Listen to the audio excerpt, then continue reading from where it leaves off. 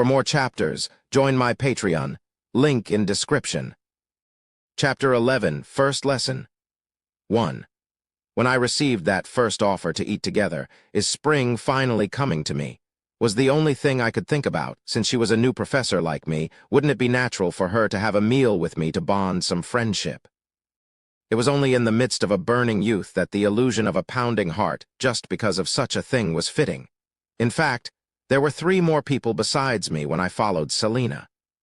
2 men and 1 woman. They all looked unique, as if they were each shouting, "I'm a wizard." Ho, ho, ho. Hello. The first person to reach out to me and ask for a handshake was a very warm-looking man. He was plump, and his overall impression was round. I thought he was quite old, and he looked like a friendly man in the neighborhood when he laughed like that. I shook hands with him lightly. "I'm Ludger Chelisi. I'm in charge of magic casting. My name is Brino. I'm in charge of the golems in the summoning class." The next person who spoke to me was a beautiful woman with a seductive impression and lavender hair that was growing long enough to cover one of her eyes. "Oh my, you're so handsome. I'm glad to meet you. I'm Merilda, and I'm in charge of captivation and hallucinations in relation to curses and dispelling." "Yes, nice to meet you." And the last one had a little bit of a different impression from the previous 2. He was a man with dark blue hair and all back, rimless glasses on his face, but he looked quite strict from his appearance. He was frowning all the time and was seemingly not very happy with the fact that he was there with all of us. When I looked at him, he also stared at me and soon turned his head away. He expressed his willingness not to even introduce himself. "Who is this person?" As I was wondering, Merilda explained in a small voice with a laugh. "He is Professor Chris Benimor. As you can see, he's an aristocrat who is different from us commoners." "Oh, so that's why." I had heard of the Benimor family. They're a count family in the Empire that has an extensive history. Chris didn't want to be close to a commoner, even if they were also professors at the same academy as him. In my case, I was a fallen aristocrat, so it was natural for him, who was a noble, to belittle me. "I hope Mr. Ludger doesn't look down on us because we're commoners. It doesn't matter to me." "No way," Miss Merilda replied, opening her eyes wide and smiling softly while stepping back. "Well, so there are 5 new professors, including me. 1 aristocrat, 1 fallen aristocrat, and 3 commoners. But as everyone had become professors at Surin Academy, they were talented people who could go anywhere without feeling inferior in the field of teaching. Well, I can't stay here any longer." I was wondering what kind of new professors there were besides me. Turns out they were commoners and a fallen aristocrat. Chris's cold voice was heard before the others even were able to start talking about eating together. Hearing those words, Brino smiled awkwardly. Selena flinched while being embarrassed, and only Merilda glanced at Chris with an unkind stare. Me? I just didn't think about it too much. It only took a day or 2 to see the aristocrats immersed in elitism. I was showing an attitude of saying, "If you're going to go, just go on your own," when Chris gave me a sharp look. "Get over yourself." And then he turned around and left. But why was he doing that to me and not someone else? Did he know Ludger before? I didn't think so. I wish I could get along with the other professors, but I don't think I can get close to him. I ignored Chris, who had already disappeared, and looked at the other 3. I could say that they were just fellow professors who were appointed at the same time as me, but I couldn't relax just because of that. Maybe there was a spy planted by the secret society among them. Is there a first order among these 3? There are currently nearly 40 secret association members hiding inside Surin Academy. Of course, considering the entire population of Surin Academy on that vast land. 40 was nothing, but that didn't mean there wasn't a single chance of bumping into each other on the way. Except for the 3rd orders, some of the 2nd orders may have infiltrated as students. In the case of the 1st order, in particular, the professors could not escape from being the target of suspicions. Because Ludger occupied the professor's seat as a 1st order, there's nothing that disallows the other 1st order from becoming a professor as well. The question was, who is it? If I had been told that they had just joined that semester like me, I would have definitely been able to narrow my scope of speculation. The problem was that the phrase came in first that the agent had said could be interpreted in many ways. Was the period of coming in first long before my arrival, or was it around the same time as me, but a little bit earlier? Obviously, I had no choice but to suspect those who asked me to eat with them while saying that they arrived in the same semester as me. Didn't they invite me to observe me quietly? I really couldn't let my guard down for the slightest bit. I followed my fellow professors to the cafeteria while trying to keep my poker face. I was thinking that it wasn't so bad since I wasn't alone. Selina, the new professor for spirit studies. Not long ago, she was appointed to Surin Academy and became a professor for the class of summoning spirits. She had come in proudly, but at the same time, she was quite nervous. Surin Academy was famous not only in the Empire, but in other kingdoms as well.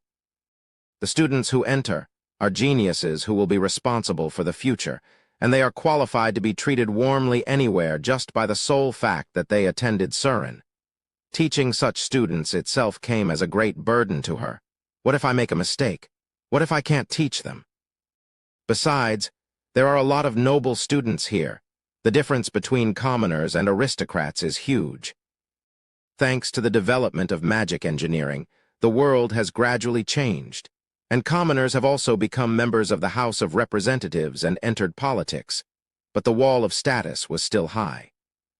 She heard that the reason why there were 5 positions for professors at that time was that the professors in charge of the classes the previous year had retired.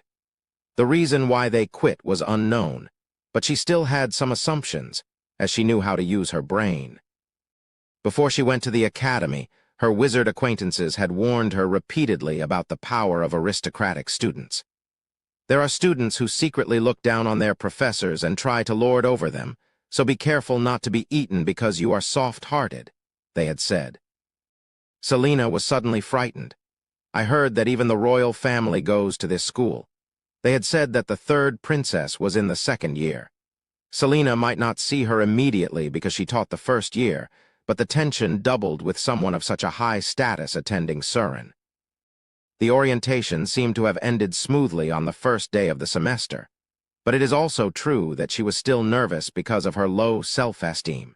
Selina thought she couldn't stay like that, so she decided to make friends with other new professors who were appointed.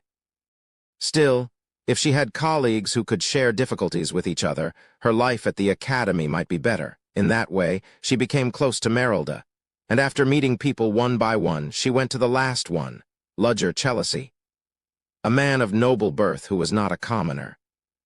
However, it was not a burdensome status to approach because his family had collapsed. Until she met him, she had definitely thought so. Whoa. At first, she wondered what was going on because the crowd in the hallway split from side to side. Has the royal family member that I've only heard of appeared? It was a man in neat clothes who came slowly toward her, breaking such expectations. He wore a gray suit, a black frock coat, and a silk hat on his head. Whoa, oh my God. Selina's thought when she first faced Ludger was extreme admiration. She had heard that he was a fallen aristocrat. Looking at him, Selina had no choice but to correct her prejudice. Walking slowly while spreading dignity around him, he was much more aristocratic than any other aristocrat she had ever seen. Each of his steps was like a work of art, so she stared at him blankly without realizing it. Selina hurriedly called out to him as she belatedly recalled her purpose for seeing him. Scary. When he stopped and looked at her, her heart felt like it was dropping. Still, Selina tried hard to smile and told Ludger carefully that she would like to have a meal with him. She bit her tongue after she said that. She thought Ludger would look at her with contempt and say, "A commoner like you?" Sure. But Ludger accepted her offer too easily. When he walked with her along the road, he adjusted with her steps and maintained the proper distance between them. She felt his consideration for others in his small behaviors. Unlike how he looks, he has a very warm personality. When introduced to other colleagues, Ludger did not care whether his talking partner was a noble or a commoner. Even though Crispa Nimor was openly hostile to him, Ludger did not respond much. Usually, someone may be angry or irritated, but his nobility did not dim for the slightest bit. It was like he was standing alone in a cloud above the sky. Later, She heard that he was a great man who was a former military officer and who had even submitted several academic papers to the Magic Tower. Professor Ludger is such a great man. She wanted to be such a charismatic professor as well. Even when eating, Ludger just ate quietly without saying a word.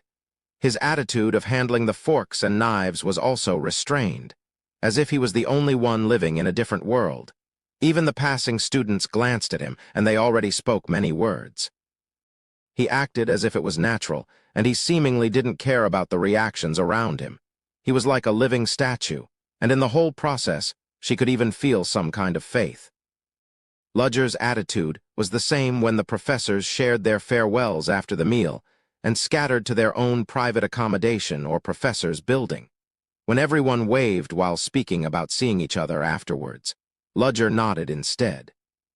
He seemed to be in a bad mood, but she thought that he was just like that. Selina, who was returning to the accommodation with Merilda, recalled the short meeting with Ludger that day. Selina took a deep breath and deliberately made an expressionless face. Merilda, who was walking with her, noticed her behavior. "Selina, what are you doing? You are frowning. Professor Merilda, don't you think I look strong like this?" "What?" Merilda was about to ask again what she meant with that, but soon burst into laughter. "Ha ha ha. Selina, you're imitating Professor Ludger, aren't you?" "What? No, that's not."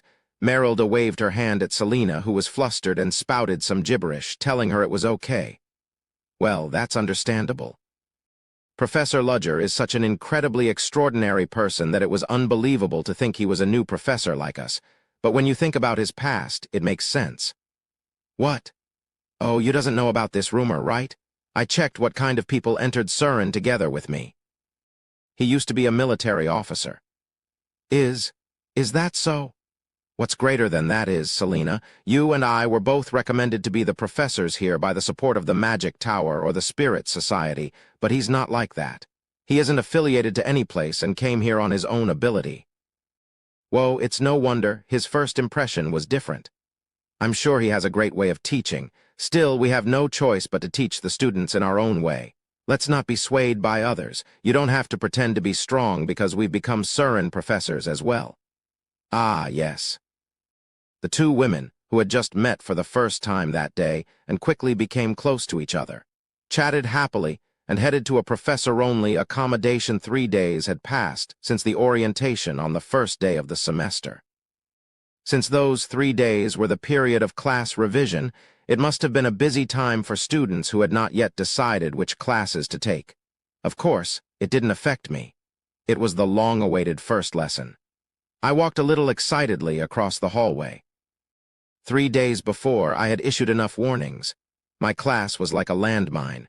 Rumors about me must have already spread widely among students.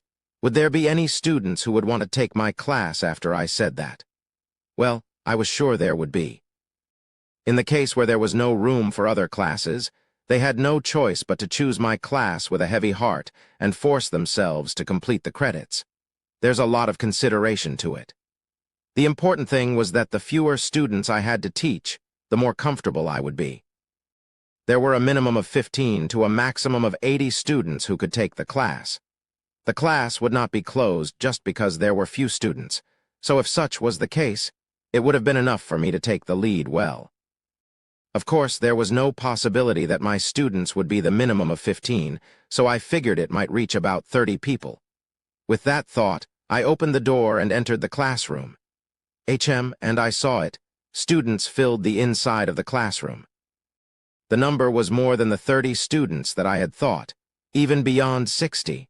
No, it was actually the maximum number of people the classroom could accommodate. Why are there so many students? Chapter 12, First Lesson 2. About 3 days previously, on the first day of orientation, the reaction among the students hadn't been great when Ludger had shown his guts by keeping his teaching style a secret. It wasn't just a few students that were opposed to the fact that the new professor, a man from the fallen aristocracy, showed such behavior at the prestigious academy. Students from aristocracy in particular were the angriest. How dare a new professor from a fallen aristocrat family? Ironically, however, the students who actually witnessed Ludger's orientation didn't say much. Only some aristocratic students with high pride appeared to have been huffing and puffing as they seemed to be looked down upon. But nearly 40 of the 50 students in the classroom were rather impressed by Ludger's guts. Still, since he came as a professor at Surin Academy, wouldn't they have something to believe in about him? Of course, no detailed information about Ludger was known yet, so students had to be cautious. It was an obvious fact that if they took a wrong class on the first day of school, they would suffer for a semester. If any information about Ludger was released, they would trust him only once and take the class. But if not, they could think of him as an experimental rat. On the second morning, when many students were contemplating, one article was posted on the community, commonly called the Student-Only Magic Exchange Integration Center of Surin Academy. Title: Did you hear about the Ludger Chelseas, the new professor's rumor? A title that was deliberately designed to attract people's attention, not knowing if it was good or bad. Naturally, the students had no choice but to click on it, and the content spread out as if it had been waiting. This was the summary of the contents that had spread far down. The article contained an extreme admiration for Ludger Chelsea. He was the youngest wizard to reach 4th rank. He had been appointed as a military officer. He had contributed himself in cryptid hunting. As a freelance wizard, he was also listed on the Magic Tower. His accolades continued. It contained Ludger's past records. It was enough for students to be full of anticipation while inwardly asking, is it really true? As they didn't know that the secret society's desperate attempt to somehow highlight their first order. The most enthusiastic person, in particular, was the Third Order member who had contacted Ludger first. I can't ruin Mr. First Order's class. I need to get as many students as possible to take it. She wrote all day long about how wonderful, great, and incredible he was. Perhaps because of the persistent posting of appraisals for Ludger in the last 2 days, more people were interested in Ludger's class than those who protested the excessive praise. Moreover, the fact that the first years could also take the class stimulated the interest of the freshmen who still don't know anything. During the revision period, the number of students who wanted to take Ludger's class increased rapidly, and the maximum capacity of 80 students was filled. And on the long-awaited first day of the class, the students all sat down and waited for Ludger with anticipation. Half out of pure curiosity, half out of triumphant feeling to see how good he actually was. And when the class was announced to be held at 9 in the morning, the door of the lecture room opened, and Ludger walked in. What the hell is this situation? The lecture room didn't have a single empty seat. The number of people that I thought would be 30 at most had actually achieved the maximum. As I stood in front of 80 students, I felt a headache. Why in the world, I'm sure, I secretly warned them that my class was a landmine at the orientation 3 days ago, though. Don't you think it's a loss to take this professor's class, unless you're a fool above all? Those students whose uniform badges were blue. Those were the first years who had just entered the academy. More than 60% of the students who gathered in the classroom were first years. Why the freshmen? Why are they taking this class knowing that they're going to take the same class as the second years? Aren't they supposed to avoid the class because it's burdensome to take classes with their seniors? I never expected that there would be more first years. At that point, I wondered if someone intentionally threw malicious information about me somewhere I didn't know to put me into trouble. Maybe I underestimated the students too much. Surin Academy was obviously a place where only selected students could enter after fierce competition in the admission period. As it was a place where the best children are gathered across the continent, beyond the empire, it was problematic to think of them as ordinary students. I decided to humbly accept my mistake. My behavior did not raise students' vigilance, but rather set fire to their pride. Looking at those eyes, they were wild, hyena-like gazes that would bite me if I made a mistake. It was my first class today, so I couldn't believe that kind of pressure existed. At that rate, I would be eaten by the students in the classroom. Now that this has happened, I have no choice but to do my best to give the lectures. I looked at the faces of the students who were gathered in the classroom. It was full of children with unique hair colors. I guess that's common in this world. Some of them were especially noticeable compared to other students, especially the girl student with the ears of a non-human beast on her head. She was a beast person who lived in the desert on the southern continent. Well, in a world where there are magic and wizards, to point out the interesting thing about beast people was that in this world, the demi-human species was a very small minority. Even more so in Surin Academy. The beast people were also a tribe that was colonized and enslaved until 50 years ago, and 50 years later, there were still remnants of discrimination and persecution against them. It was still like that. The evidence was present in the other students around her, who looked at the beast person student with quiet gazes. That kid, I think she's new to the school. Her student life in the future is going to be tough. Well, I'm not in a position to worry about anyone right now. For the moment, the matter of the class was a priority. My name is Ludger Chelisi, who will be teaching the overall process of the development of magic casting. If it's the overall process, does that mean you will teach us all 4 specialties? Someone raised his hand and said so. He was a boy student with a somewhat rude impression. I immediately issued a warning to him. Ask questions only when I say so. Yes, sir. It's the first time, so I'll let it pass. However, if there is a person who cuts off the flow of my class again, I will give you a penalty point. The same is true for explicitly challenging the authority of a professor. Some students were shocked to hear a penalty point that they had never heard before.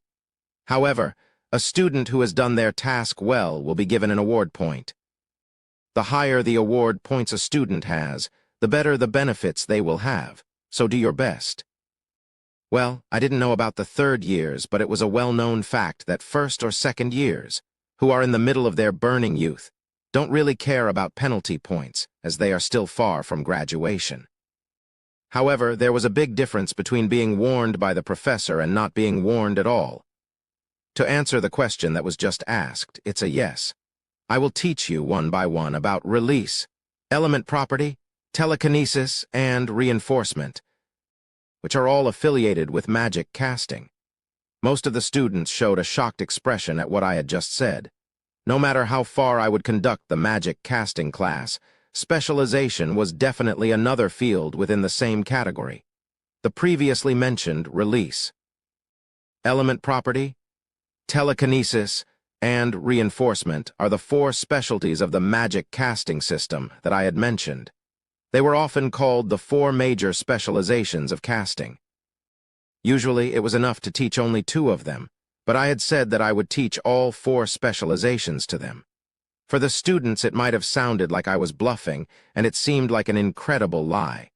But it was never a lie.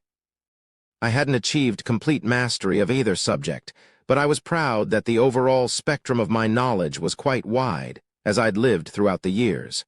So, we're starting the class. I'll show you what I prepared for the class this time. You know, Cheryl. Isn't that professor really interesting? Cheryl tried to hide her uneasiness as she heard a voice calling to her and turned her head to a friend sitting next to her. The one who spoke to her was a girl with skin so white that it was almost as if she was transparent with long blue hair up to her waist. She was so beautiful that it seemed like she was a doll made by a craftsman. Even the boy student sitting near her kept glancing at her. Flora, don't tell me that you're once more. What do you mean once more? That's rude. What did I do to make you say that anyway? Cheryl couldn't bring herself to speak to Flora, who had asked back playfully with a subtle tone. Flora Lumos. She was the daughter of the Lumos Duke family, one of the most noble families in the Exilian Empire. She was beautiful, fascinating, and excelled in both literary and martial arts, and she seemed like a living work of art just by staying still. She was famous for having the title of genius in her sophomore year at Surin. Even students who are called geniuses in the world were common at Surin Academy. Surin, which gathered only geniuses from all over the city and country, raised the standard of their students too much, and children with less talent were forced to become relatively mediocre. It was not surprising if a child who had heard that they were a gifted child where they lived became one of those who got left behind at the academy. However, Flora was a girl who was called a genius, even in Surin. It was a title that represented how great her talent for magic was. She was one of the most famous students in Surin, with a good household, beautiful appearance, and excellent talents, so anyone could only envy her. Only one thing couldn't be envied: the flaws in her character. Flora Lumos was notorious even among professors inside Surin Academy. She was a genius and had never been taught properly by someone. On the contrary, she had challenged the authority of the professors and gained victories. It was common practice for professors to point out the wrong magic techniques in the middle of the class. On the contrary, she had come up with magic that was much better than the one being taught by the professors, and smashed the professors in front of the students. She has been steadily gaining such notoriety since she was in the first year, and it was the same even then when she was in the second year. Moreover, because her specialty is in the field of magic casting, the incident was so famous that everyone in the academy knew why the two professors who were in charge of magic casting classes had left the previous year. Flora became a sophomore, and she had come back to take the magic casting class.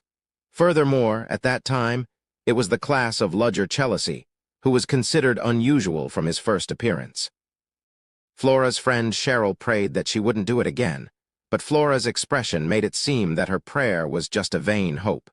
Flora's nickname among professors was the Little Devil of the Lumos family, because she took out all the energy from the professors' souls in every class that she took.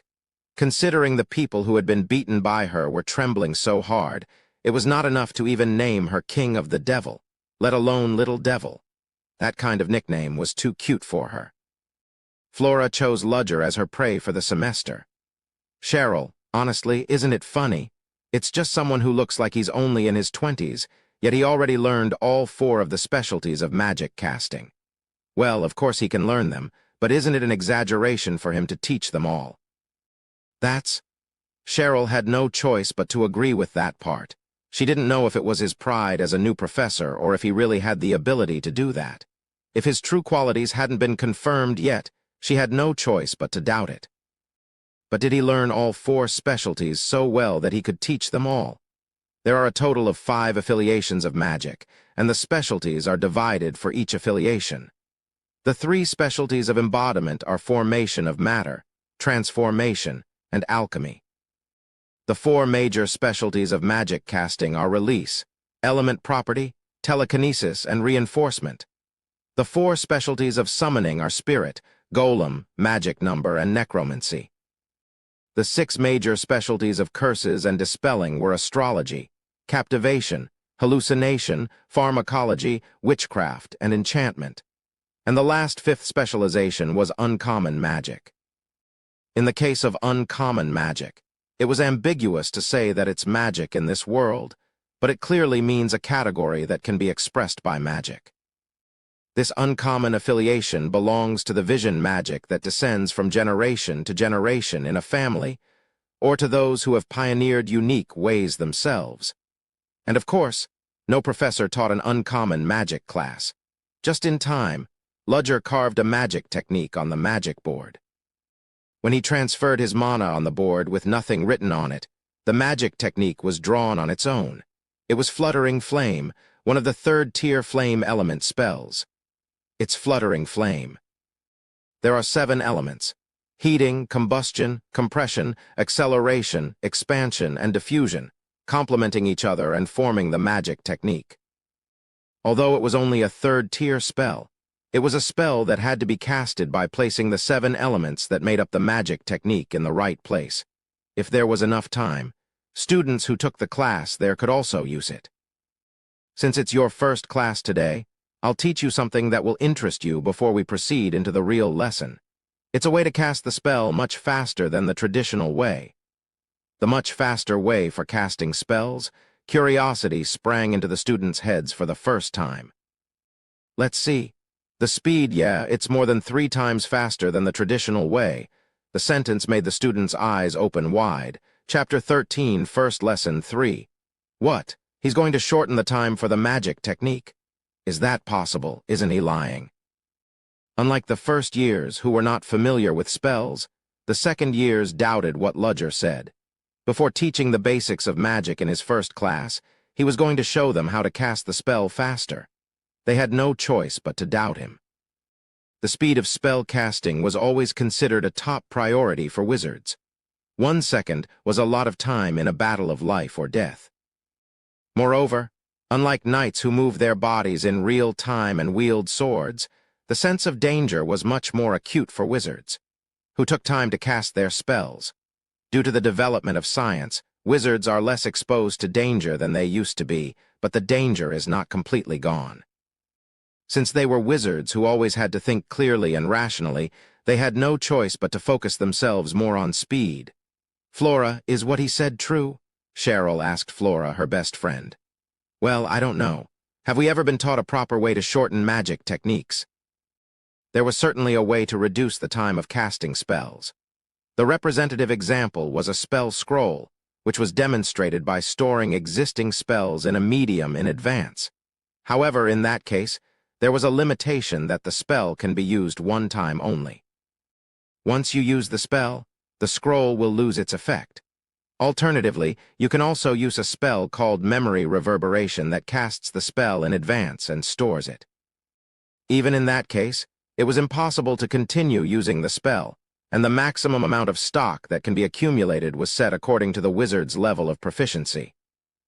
I don't think it's possible unless you change the structure of the spell technique itself. After all, in order to shorten casting time, the fundamental techniques of the spell must be improved, and even that is impossible. The spell was a commonly used spell that was the accumulation of thousands of years of history in which wizards had continued to refine, devise, and lead it to that moment. For some, it might have only been a third-tier flame element spell, but behind the spell was the work of numerous geniuses throughout history. No matter how genius one was in the current times, they would not be able to improve the existing spell in a better way. Because it's already so perfect that there's no more ways to improve it. It was already a matter of fact that came to a conclusion more than 100 years ago.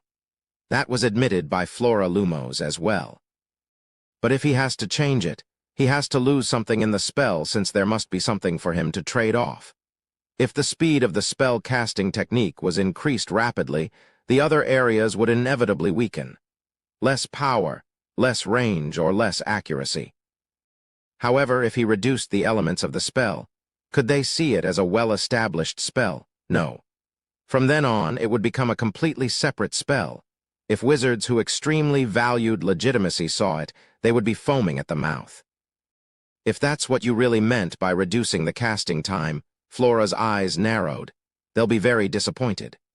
"Professor, no. Flora would rather see Ludger do that. Only then would it be easier for her to bite him. I think our great princess felt that way too."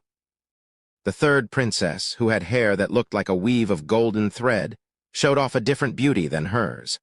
Unlike Flora, Ludger's remarks would inevitably be annoying for her as well, who liked to be straight and confident. As if to prove it, the face of the princess was also cold. As soon as the atmosphere in the classroom started to flow strangely, Ludger clapped his hands to evoke the atmosphere. "Stop. That's all for the chatter." All the students were silent, but the atmosphere itself did not change. Ludger smirked and spoke as though he didn't realize the atmosphere. "You seem to have a lot of questions. Good. Before I show you, I'll take a few simple questions." At that moment, the students immediately raised their hands. Ludger pointed at the student who raised their hand the fastest. "Speak." "My name is Alex Salane, a sophomore." "Professor, you said that you would speed up the spell casting time, but what exactly do you mean?" "Shortening the time of casting the spell, just like how I said it. Be more precise if you want to ask questions." "Next." "I'm a sophomore, Dahlia." "If you shorten the time of the spell casting technique, do you mean you're changing the spell?" "It's not like that. I'm keeping the spell as is, but I'm just going to shorten the casting time." Noises were heard from all over the classroom. "Oh, for real? He's really going to shorten the spell technique? It can't be possible. Wasn't it a challenge that no wizard was ever able to overcome? It doesn't make sense. There can't be a method like that." Flora thought the same thing. "He's going to shorten the spell casting without changing or upgrading the technique. Don't tell me it's an obvious thing like improving our proficiency by doing it over and over again. But looking at the confident look on Ludger's face, she felt annoyed somehow. That's impossible. Flora could not contain herself and spoke, Ludger's cold gaze aimed at her. Flora's pride was slightly hurt by the look in his eyes that seemed to be asking who the hell she was. I'm Flora Lumos. Her self-introduction raised the buzz around her. It's Flora. Flora has spoken up. Ha ha. That professor is done too. Flora also had fame among the students. It was the same for new students who just entered the academy. A sophomore genius. She was already famous among first years, as she maintained her nickname as a genius in Surin. It was natural for all the students to pay attention to her since she had a different view from Ludger's method right from the first day of class. I don't remember allowing you to ask me a question, but I'll let it slide this time. Yeah, what on earth is the impossible that you are talking about? Of course, I'm talking about shortening the spell casting technique's time. To speed up the spell casting technique without changing it and giving any improvement to the spell, there's no other way but to do it fast through repeated proficiency. Why do you think there's no other way? Because no one has ever done it until now. Even the geniuses whose names are remembered in history and the high-ranked archmages aren't able to do that. But I can't believe that you are going to do it. Even then, countless wizards in the magic tower were racking their brains every day to continue doing research for new knowledge. Nevertheless, unlike in the past, there were areas where progress was no longer made, and shortening spell casting times was a representative example. To say that a new professor could do it, no matter how he became a professor in Surin Academy, beyond mere bluffing, it was more likely for it to be an overall insult to the magical academic world. Chatter, each student nodded in agreement with Flora's words. There were no students who believed in Ludger or stood by him. Little by little, the atmosphere of the classroom became hostile to Ludger, but Ludger didn't even bat an eyelid. He did not falter, as if no external pressure could even scratch him. They aren't able to do that, you said. That's an interesting thing to say. I see it differently. I think they were rather trying not to make any improvements. Pardon? Magic values tradition and the lecturers, but it became stagnant at some point. Now that science has advanced, magic is under threat. Are you saying that science is superior to magic? In many ways. I just thought that magic, like science, has room for further development. There is no room for improvement is wrong. That's never happened before, because no one was going to try doing it. Everyone who did failed. Then I'll be the first one to do it. Are you being serious? There's no reason for me to lie in front of everyone like this. Flora was overwhelmed by his brazen confidence. Does that professor not know what he's talking about? Well, I don't think you understand right now, so let's continue the lesson. You said you're Flora, right? Do you know how long it takes, on average, to construct the formula for the fluttering flame that I wrote on the magic board? It depends on who constructs it. 10 seconds for a wizard who has just reached the 3rd rank. If you get used to it and the rank goes up, it'll be shorter than 5 seconds. Yeah, but I don't welcome the lame way of increasing the rank to shorten the spell casting. What I'm saying is that it's adapted to the level of the students who are taking my classes now. Then it'll be 5 seconds at the fastest. Are you referring to yourself? Yes. That's a lot of confidence. Then can you show it yourself? Stand here on the podium. Flora was not intimidated by the highly provocative words. Sure. Flora stepped down from her seat and stood on the podium with confident footsteps. She lifted up her wand and immediately casted fluttering flame.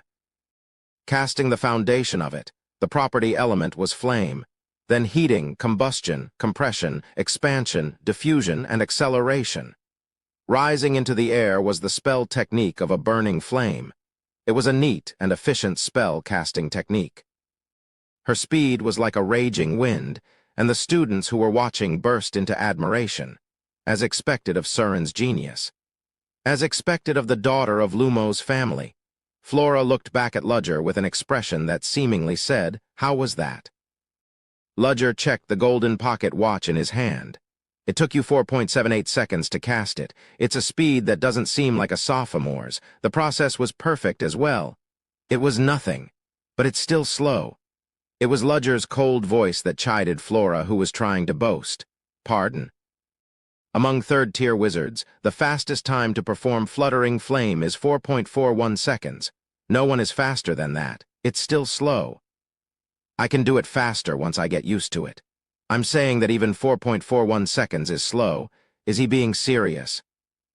Everyone was dumbfounded by Ludger's extremely confident declaration. Ludger decided to show it himself after saying that. Standing on the podium, Ludger began to focus on his mana. Take a good look. This is how you cast Fluttering Flame. Mumbling like that, he lifted a small wand and pointed it into the air. The mana from the tip of the wand soon began to form a spell. But something was weird. After the base casting spell technique, it was not the stage of heating and combustion that had to be done in order to form the Fluttering Flame. It was just a very natural flow of mana with unknown meaning or intention that was made of a straight beam. Isn't he casting a Fluttering Flame? It was the moment the students thought so, that the spell of Fluttering Flame had been completed in the air. It happened in the blink of an eye. The whole classroom was filled with a silent outcry. There was no one who missed it. Because first of all, Ludger slowly showed how he casted his spell so that everyone could see it. The beginning wasn't a technique of Fluttering Flame. His mana operation was completely different from the usual way, but the results were identical. The finished spell was Fluttering Flame. The result was perfect enough to look exactly like what was in the textbook.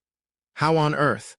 Only the beginning and the end of the process existed, yet the middle process seemed to have been cut off and done away with. It was as if he threw a stone sloppily behind his back, but the accuracy was no different than him intentionally shooting an arrow forward. Even the speed was incredibly fast. 1 second. No, it didn't even take 0.3 seconds. It was completely incomprehensible to the students' common sense. Did you see that? And Ludger's voice, who just accomplished such a nonsensical achievement, was neither high nor low. As if it was an obvious thing, he didn't have the slightest interest at how great the spell casting that he just did was. What was that just now? I'll show it one more time for those who haven't seen it. Ludger said so as he broke down the existing formula and repeated the process. More slowly that time, so that everyone could see it properly. The students stared at Ludger's spell-casting technique with their eyes wide open in case they missed something. Mana shot out at the tip of the wand, and it proceeded in a strange method again like the first time. And right away, the Fluttering Flame was completed. CR crazy. Is that possible? I don't know even if I look at it again. It wasn't an artifact. It wasn't the spell of memory reverberation, and its implementation was not that fast either. The process had to exist, no matter how quick it was. But he just skipped the whole process and showed only the result. One should have pulled their bow's string, then loosed the arrow, making the arrow fly and hit the target. There was a cause for everything. The same goes for magic. They should show that kind of flow when they perform a spell, but Ludger's method was not like that at all. He omitted the process of loosing an arrow and sending it flying, but the result was the same. No, what on earth did you just... Even Flora, who had watched it from the closest place without missing a single thing, didn't understand the method that Ludger just showed. No one who came there and saw it would understand right away. Mysterious? New? Innovative? Those words swirled through her mind. Finally, everyone's eyes have changed. Gulp. The sound of someone swallowing saliva echoed throughout the room. The students were so focused on what Ludger was going to say next. The Fluttering Flame that I just casted has a speed of 0.24 seconds. It's quite different from the old record. But at the same time, you'll think it's weird, because the first spell technique wasn't Fluttering Flame. Yeah, it was that part. He used a completely different technique, and the result was what he was aiming for. That didn't make sense according to common knowledge. I definitely used a spell technique. To be exact, I used a spell technique to cast another spell. A spell technique to cast another spell. What on earth is that? The students who were muttering shut their mouths again. I call it source code. Chapter 14, Source Code 1. My words made the students swallow their breaths because some students didn't know what on earth source code was. The other students were shocked by the advent of a new spell. but what they looked at was the same, and I knew that not all their emotions were hostile. Well, it's indeed extremely surprising for the students. No matter how advanced the science here, this world is about the 19th century if compared to Earth. Although it has achieved much more rapid progress than I originally thought because magic, not science, was predominant. Still, from the perspective of someone who lived in the 21st century, there were many shortcomings, especially with the absence of a computer-based data processing system. Source code is a kind of blueprint that prints out the results as soon as you put in the input value. I made it by combining it with magic. Of course, I didn't make it on my own. To be exact, I came up with the idea, but the actual composition and completion was possible because of the help of my teacher who taught me magic. Still, I have a share in what I made, so there would be no problem for me to teach it to my students. Considering my teacher's personality, they are not a person who would say anything about that. Rather, the problem was what I would go through once I came across it. Let's get back to the point. This technique of source code is a kind of trick method based on my memories when I lived on Earth. It was unbelievable for students who knew nothing about computer hardware, software, programs, input and output, and code, even though they knew something about algorithms. Most of all, the level of wizards became stagnant due to excessive public awareness and confidence, and at the same time, there was a widespread trend of ridiculing science. There was no way they could easily accept it with the way they valued scientific impressions. They'd foam at the mouth and shout, "This isn't magic!" Compared to those guys, I still have a free way of thinking. Of course, I wasn't sure if they had the same idea. In order to operate the software called source code, a main body called hardware, programs, and data are required. Here, hardware refers to the wand that can unfold magic, or the wizard itself. The program is the spell technique, and the data is the mana that made it happen. In the end, the source code that I used was through human biological hardware. It consumes data called mana following a program called spell technique. It becomes a spell that contains the process of expressing the software called magic at once. With this source code, even complex spell techniques can be printed out with completed results by injecting only a little mana. To put it simply, while others carefully draw strokes of techniques to cast the spell, I just print it like a stamp. It's easy, considering the difference in speed between handwriting and printing. No matter how fast a human being writes, they cannot keep up with the speed of the person who prints with metal printing. Even when they are impatient, they can make many mistakes. It could be the case where the spell technique is out of order, the ending process is wrong, the flow of mana is tangled, or the procedure is not right. Naturally, the spell would lose its mysterious power and become unusable. Or there were also cases where the mana flowed back and their own lives were in danger. But the programmed source code doesn't have those kinds of mistakes. Under any circumstances, only a set value is offered. The speed is something other wizards dare not to follow. Of course, spells casted by a wizard in 6th rank or higher will be faster. Those superhumans have supercomputers in their heads, so they're an exception in the first place. This source code must have been a great revolution for the students of Surin Academy, who had not yet fully grown properly. It's not that it doesn't have any shortcomings. You can only use it up to 3rd-tier magic. Beyond that, the mana capacity will cause overload, and it's complicated and difficult to make the source code itself. Computer programmers go through a lot of testing while diversifying all kinds of patterns in debugging for a reason. I also racked my brain to make that one. However, it is very convenient because it can be used for a very long time after making it once. Moreover, I don't have to create the source code for 3rd-tier spells and below them one by one, as it's troublesome. After all, this source code spell is a product of an invention that was made to keep up by those who do not have talent. It's sad that my circumstances can't turn out to be the best even if I did that. But what can I do? If I wanted to eat well for 2 years as a professor at the academy where only geniuses gather, I had to teach classes with that kind of knowledge. Well, wouldn't that be enough for me not to be underestimated? I hoped so with the advent of a groundbreaking spell casting technique called source code. All the students were silent. The silence that blanketed the classroom even felt passionate. The first-year students especially seemed like they were about to shoot laser beams from their eyes. They chose Ludger Chelsea's class because they felt like being half-deceived, so they couldn't believe that they were witnessing such a thing. Some students felt a chill in their backs. If I couldn't beat the moment and made a different choice, if I didn't take this class today, a spell to cast another spell, a new method of spell casting beyond common sense. As it was impossible to see its appearance with naked eyes, their ability to learn it by watching was hindered. It was such a terrible nightmare that it made them freeze to the marrow of their bones and caused their bodies to ache just by imagining it for those who were trying to walk on the wizard's path. Thank heaven. All the students gathered there had the same thoughts. And then they were able to see Ludger in a new light. Obviously, his first impression was as a person who was very serious, in-depth, and intense, contrary to what they thought. Even so, what was important for a Magic Academy professor is magic skills, after all. You can't gain a student's respect by just repeating what others have said. But now, all the students who saw the new magic had a feeling of awe beyond mere respect for Ludger. Moreover, Ludger's behavior was amazing.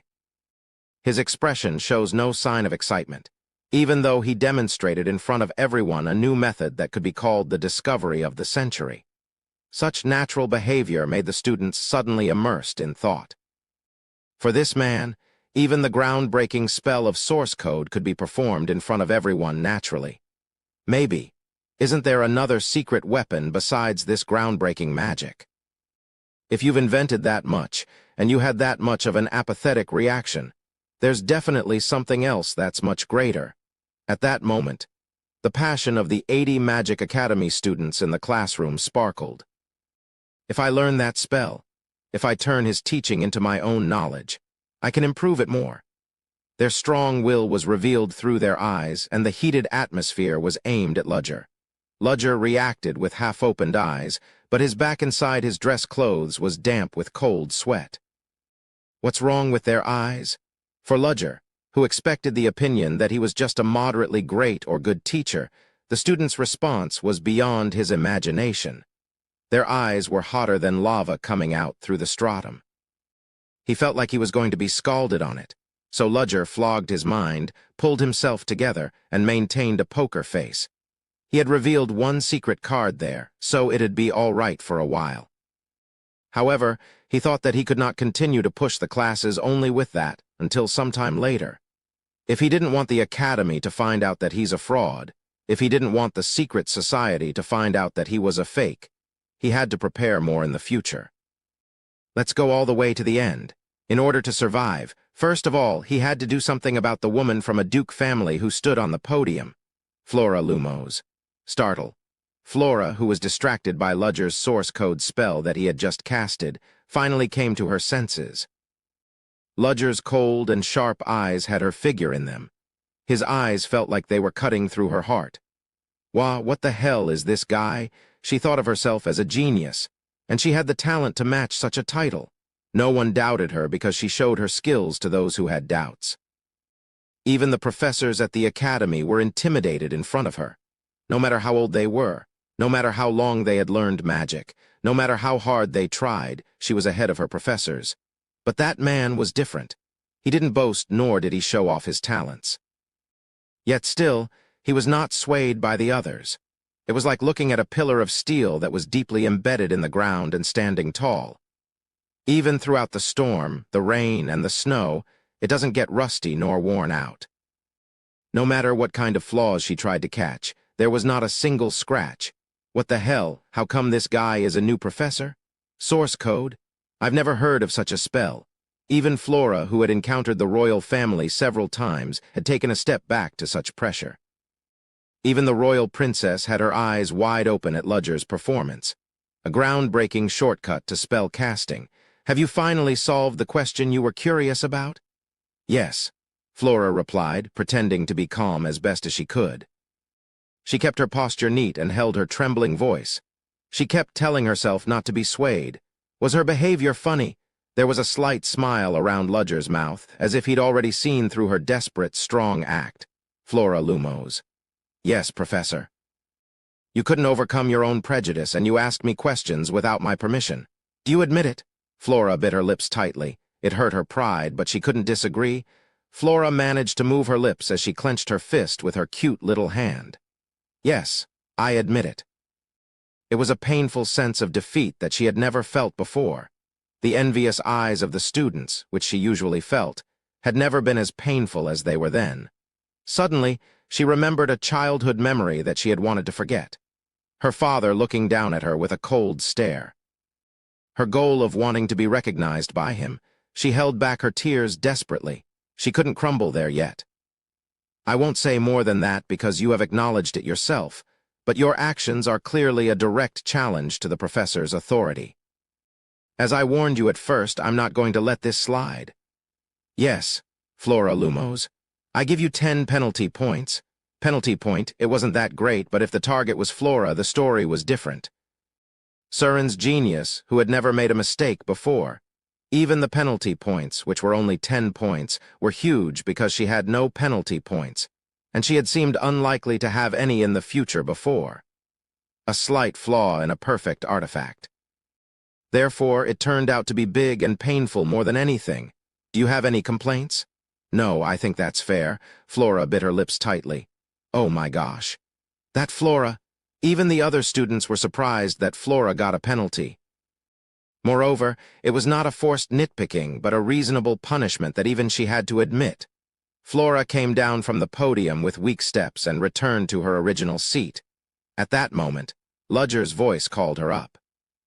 But the fluttering flame technique that you showed me was more perfect than anything I've ever seen before. She stopped and looked back at the podium.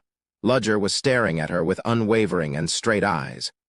I don't hate students with talents. So, Flora Lumos, you have 10 award points. 10 award points? As a result, the 10 penalty points given to her were practically gone. The students who were envious of Flora thought that the penalty points were fortunate, and the students who admired Flora thought it was unfortunate. But Flora, as someone who was directly involved, felt an unprecedented sense of shame. Even if the penalty points disappeared, there was still the memory that she had gotten the penalty points. It was unforgettable even after 10 years, or maybe even after a lifetime. But suddenly she had an award point. Flora interpreted the meaning of the award points given by Ludger in this way. It's the mercy of a winner to a foolish student who dared to come at him. Even that compliment was just deceit. That, in turn, left an indelible scar on Flora's pride. Thank you. But that was all she could say. When she returned to her seat, Cheryl, who was watching the whole situation anxiously, spoke in a worried voice. Flora, are you okay? Cheryl knew how strong Flora's pride was. To be exact, she became like that because of what she had been through as a child. It was hard to imagine how disgraceful it would be for Flora to be rebuked by the new professor in front of everyone. Yeah, I'm fine. Flora replied with a bright smile. Her relaxed appearance was no different from her usual self, and she did not appear to be wounded at all. Oh, so she's fine. Yeah, Flora can get over this soon. Cheryl was inwardly relieved. It seemed foolish of her to think that her friend might go astray in a bad way. It was still like that. Flora was preparing to listen to the class, staring at the podium with the same face as usual, but Cheryl couldn't see it. Not only she, no one in the classroom knew it. The flame in Flora's eyes, a hot fire that would burn everything down. I went back to my position and looked at Flora's condition. Later, I remembered that the Lumos family was a famous dukedom in the empire. That means that she was the daughter of a ducal family. She's not going to use her family's power to put pressure on me, right? Maybe she will go home and tell her father. Although the place was Surin, such possibilities could not be ignored just because the students were still young. However, Flora's expression as she sat down was calm. There was nothing strange in her face when she exchanged a conversation naturally with the friend sitting next to her. Sure. Apparently, she's a smart and bright kid, so she won't make too much of it, right? The reason why I gave the award point in the first place was because it was a kind of reconciliation attempt to not fight and to get along well in the future. I was really glad that she seemed to accept it well. Then let's proceed to the first class. Chapter 15, Source Code 2. I will select some students who follow my class well and teach them how to do the source code. As I said that, I shook the carrot a little, and the students listened to my class without saying much. Ding dong, ding dong. When I finished explaining the theory and simple method of releasing the mana, the bell of the clock tower rang to mark the end of the class. I breathed a sigh of relief inwardly, thinking that I had finished the class safely without any tackles. The students seemed to not be suspicious of anything because I had explained the contents of the textbook appropriately and mixed them with practical tips. The first step was easy, so I could just continue with that atmosphere in my next classes. My lecture period had a total of 4 hours a week. Since there were a total of 2 classes per week divided by 2 hours, I had a lot of time until the next class. As I was about to leave the classroom after putting on my outer garment, I could see some students looking at me as if they wanted to approach me, but had some doubts about it. I was wondering why for a moment, but I realized later that I had missed something. For your information, I won't give you any assignments for the first day. Just go back to your daily activities and review the lesson for today. Yay! Phew! That's a relief. The students smiled brightly and rejoiced at my words. Even the geniuses who gathered in the academy were students, after all. Seeing them overjoyed and burdened with the existence of one assignment, I realized that they were still children. Well, no matter how strict I was in teaching them, I wouldn't give them any assignments from day one. Other professors besides me were going to give them assignments anyway. Usually, professors who gave assignments from the first day of their class were bound to be criticized for the whole semester. As for the lesson, every mercy that I showed to them was based on some kind of calculation. The more of their backbiting and complaints about the other professors, the less mention there would be of criticism toward me will be. I packed the list of students' names on the podium and left the classroom. Even when I headed out, the students' eyes still followed me, but I naturally ignored them. I was immersed in thoughts such as how I should proceed with the next class, and how I could find out the basic personal information about the 80 students who were taking my class. In addition, considering there was information that had not yet been revealed about the secret society, I had to move as quickly as possible. Whoa, this is for real, right? Aiden, a freshman who had entered Surin Academy that year, realized that he had really come to Surin after listening to Ludger Chelsea's class. I vaguely thought it was going to be like this, but it was hella amazing. Aiden, who came from the countryside, was a commoner, but he was a young man who had confidence that he was fully passionate about magic more than anyone else. Thanks to the efforts and some luck that he has built up so far, he had passed Surin's entrance examination, and he took his first class while dreaming of a prosperous future as a freshman. Ludger Chelsea's lecture on the overall spell casting technique. To be honest, he did not have that much of an expectation. When he first entered the classroom, he secretly listened to the talks of other students, because this class that he took was more talkative than he thought. There are actually a total of 2 classes of magic casting, and among those 2, this one is taught by a fallen aristocrat. Originally, he was a new professor who couldn't pass the entry examination here, but he was lucky to pass because there were 5 vacancies due to the professors who retired last year. All the rumors about him are fake and exaggerated. It was obviously the talks from the aristocratic students who spoke ill of others and looked down on them. However, Aiden, who came to Leathervelk from the countryside, did not doubt their words much because he knew that they were seniors and that they were great aristocrats. Is the professor named Ludger Chelsea really not that good? It was just a class that he chose without much thought, so he regretted it for some reason. But Aiden realized how wrong his doubts were when Ludger appeared. The man who overwhelmed the classroom atmosphere with 80 students in it, just by standing on the podium, was like a soldier facing a fierce war. And what happened later made Aiden even more shocked. After having a conversation with a female senior about the impossibility of shortening the time span of spell casting, he introduced a spell technique. As soon as he witnessed the spell that Ludger Chelsea called Source Code, Aiden felt the blood in his body race. It was a shock that made him feel like there was a blazing explosion in front of them. It was the light of knowledge that appeared when he clearly watched a mystery that had never been witnessed before, and the revolutionary moment that expanded his perspectives toward a wider world. It seemed like an excessive line, but at least Aiden felt that way. When he was a little kid who didn't know anything yet, there had been a wandering wizard who showed him magic.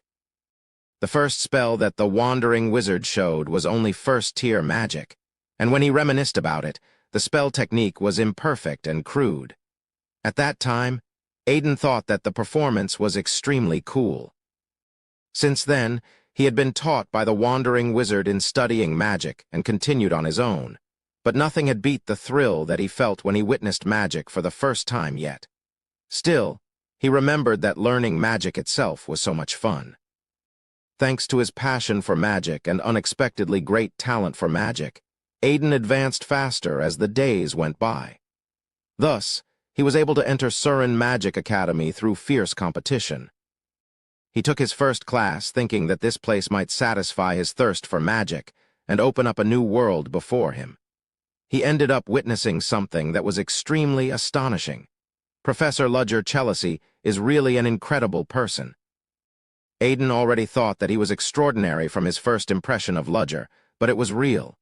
He had showcased a real, new spell that didn't exist in the world yet, not just some false facade. Aiden was so happy to take the class that he couldn't hide his excitement. HMPH. It was then. The voice of blatant disdain aimed at him was heard from the next seat. When he turned his head, a male student who looked like he was from the same year was looking at him with his arms folded. His face was handsome, but he looked quite greasy, probably because of his parted blonde hair that highlighted his forehead. This is why we should have no commoners. He's amazed just because he saw something like that. Huh, did you say that to me? Then who else is a commoner besides you here? Aiden then looked around at his surroundings. Now that the majority of students have already left the classroom, there are not many people left. Ah, so you were talking to me. Because of his innocent reaction that contradicted his expectation, the aristocratic male student's face who just triggered the dispute frowned. Are you making fun of me right now? What, making fun of you? No way. Aiden smiled awkwardly and tried to say that he didn't mean to make fun of him at all, but the person in front of him was already so upset with thinking he had been insulted. How dare you look down on me, Jevan, the first descendant of Baron Felio? Aiden was drenched in a cold sweat.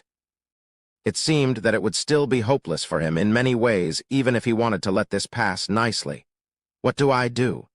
As soon as Aiden was contemplating how he should overcome the situation, someone came to help him. If you're from Felio Baronage, isn't it the family that lived at the place closest to the border of the Empire? What the hell? Who are you? It was a sky-blue-haired boy whose height was shorter than the others who helped Aiden. Jevan Felio looked at the boy and sneered. Ha! Is this kind of brat able to enter Surin Academy too these days? It's still better than the fact that an idiotic son of a baron passed Surin's test. What? How dare you insult the Felio family? As Jevan clenched his teeth and was about to charge his mana, Leo, the boy with sky-blue hair, did not lose his smile. You should pay for your words and actions for insulting an aristocrat. Try to do it. What?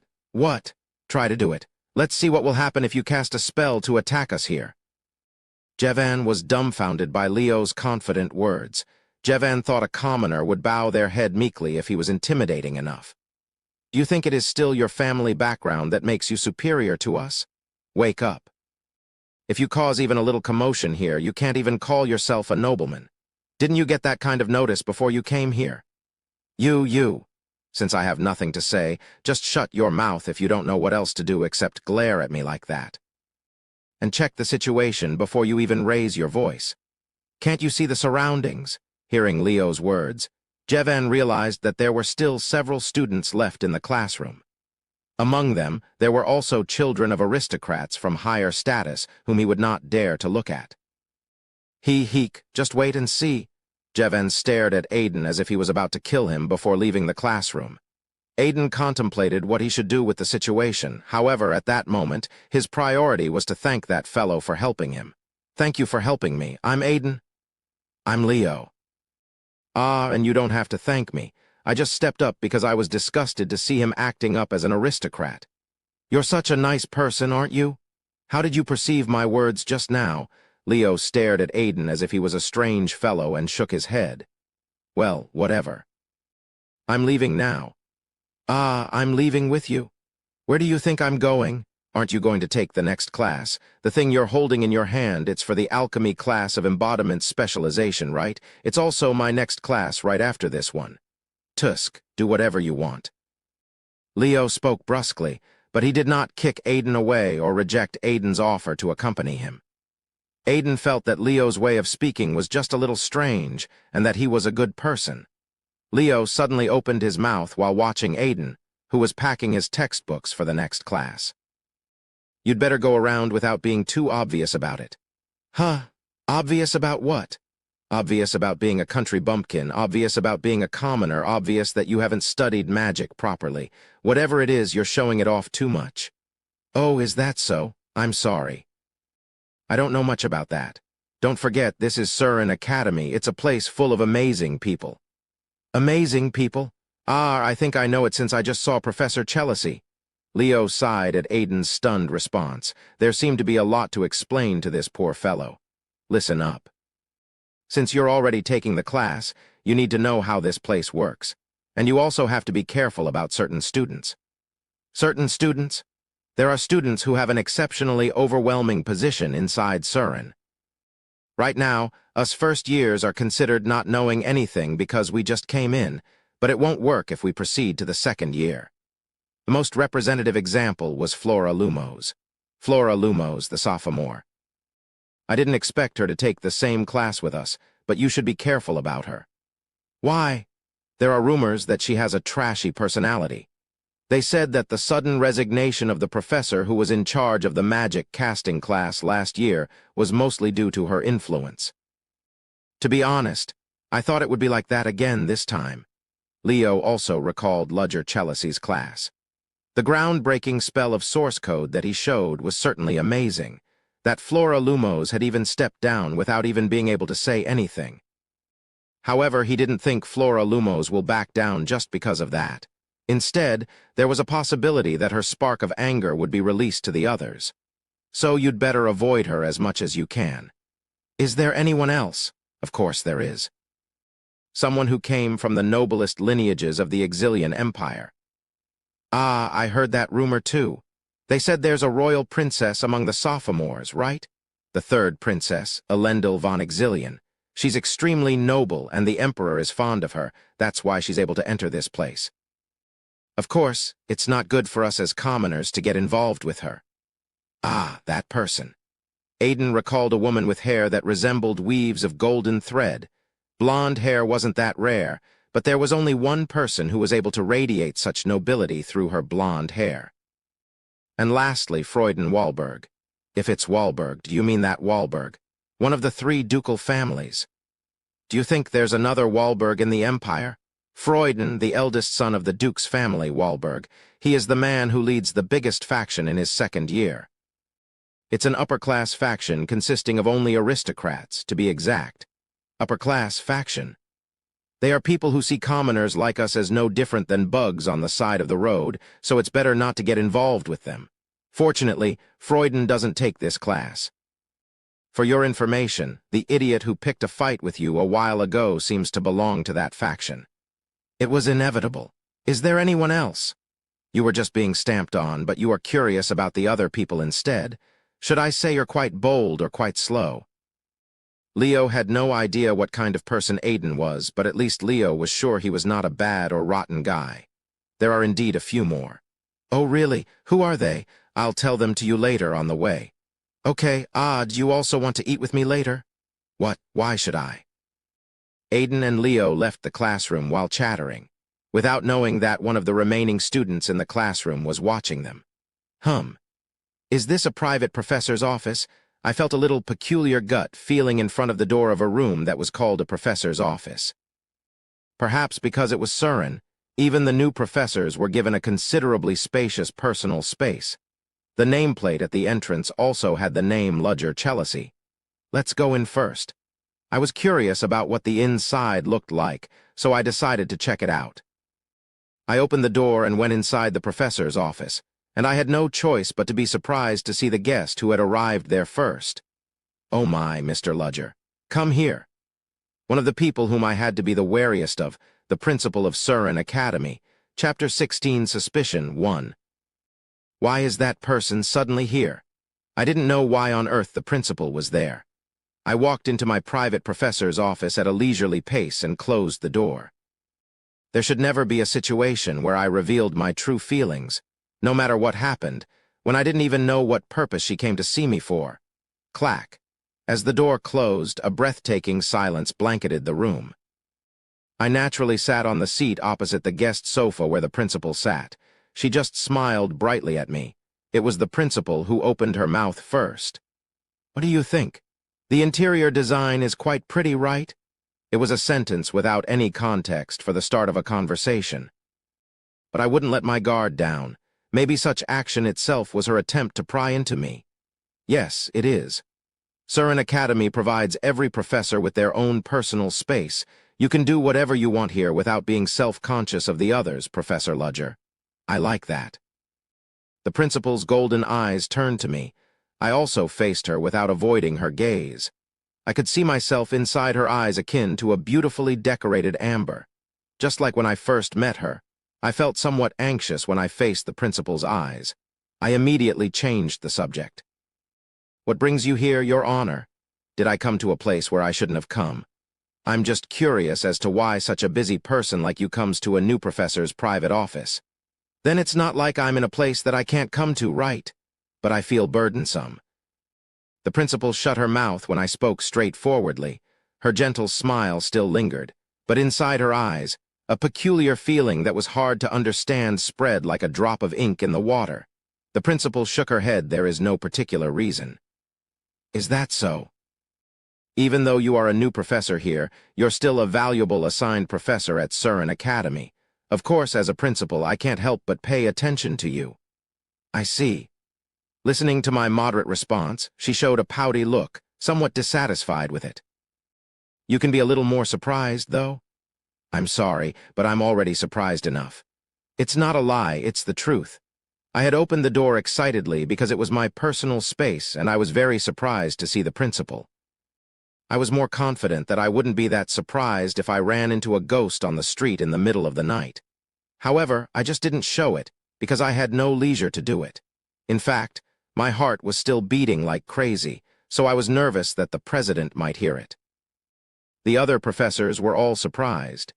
"Did you stop by the offices besides mine? Yours is the last one. Why did she come to me last? And is the principal thinking of having a face-to-face talk with the new professors?" I suddenly remembered the existence of a secret society that permeated Surin. Maybe. Did the principal notice something? No matter how secretive the society was, they could not hide their tale perfectly. And if it was someone like the principal, she may have noticed that those who made suspicious movements have come into Surin. If I didn't know, I would pass it on, but because I knew there was a secret society there, I saw the principal's attitude differently. Is she being suspicious of me? There is a possibility. It's a bit unfair for me, but frankly, I can't raise any objections. I don't belong to the secret society, but I'm the secret society executive. I don't know what this is all about, but those are actually my current circumstances. Come to think of it, my real identity is not that honorable as well, so I have to work hard not to be caught. So, what question does Your Honor want to ask me? It's nothing. I'd like to check how your first class was. You were just coming back from your class, right? Yes. Have you ever had a hard time with students? Not at all. Rather, I wondered if it was all right for the students to not ask me questions like what happened then. Well, I deliberately gave off the vibe of prohibiting them from coming near me, but I just meant for them not to bother me too much. I didn't know anyone wouldn't do anything at all. Ah, but the daughter from Lumo's family did ask me a question. That's interesting. I looked at the list of students who attended your lectures this time, and there were quite a lot of famous students. Is that so? You haven't seen the list yet. I brought it to see it now. I waved the paper in my hand. Well, it's actually up to you, Professor Ludger, but just in case, please be careful not to cause any problems, as the princess is there as well. Yes, I will, the princess. Did even a royal princess come to take my class as well? I just felt confused rather than feeling honored or anything else. Suddenly, I remember a blonde student who had boldly asked me a question. Come to think of it, I thought she looked familiar, so she was from that lineage. And I heard that there are also many freshmen in your class. I thought you were only going to teach the sophomores, but I didn't think you were going to teach it as a joint class with the freshmen as well. Because I didn't mean to build differences between the first and second years. I'm not blaming you. Rather, I approve of your way that brings a breath of fresh air to this academy. I can especially see some of the most amazing students among the freshmen. Amazing kids, you said? Yes. There are some kids who use uncommon magic, some kids who come from great families, and some kids who have worked hard while being raised in the magic tower. Usually, I think there would be a gap if they come from different years, but I don't think that's going to happen for the freshmen who came in this time. Her brightly smiling face when she was thinking of the students fit her position as an academy principal. But my skin shivers whenever I see that smile. First of all, I was not a person who would say such a thing confidently because of my conscience, so I only listened to the principal and responded briefly. Well, anyway, Surin has high expectations for Professor Ludger-Chelisi. I'm unworthy of such an appraisal. I'm glad you didn't encounter any problems in your first class, and your first impression of the students seems to be okay. You saved me from my concerns. The principal stood up at the end of her sentence. How about having a cup of tea before leaving? I asked out of courtesy. Yes. Was it unexpected that I said that? She showed a slightly confused look before squinting her eyes like a crescent moon. I appreciate the offer, but I have a lot of work to do. I could barely spare the time to come here. I see.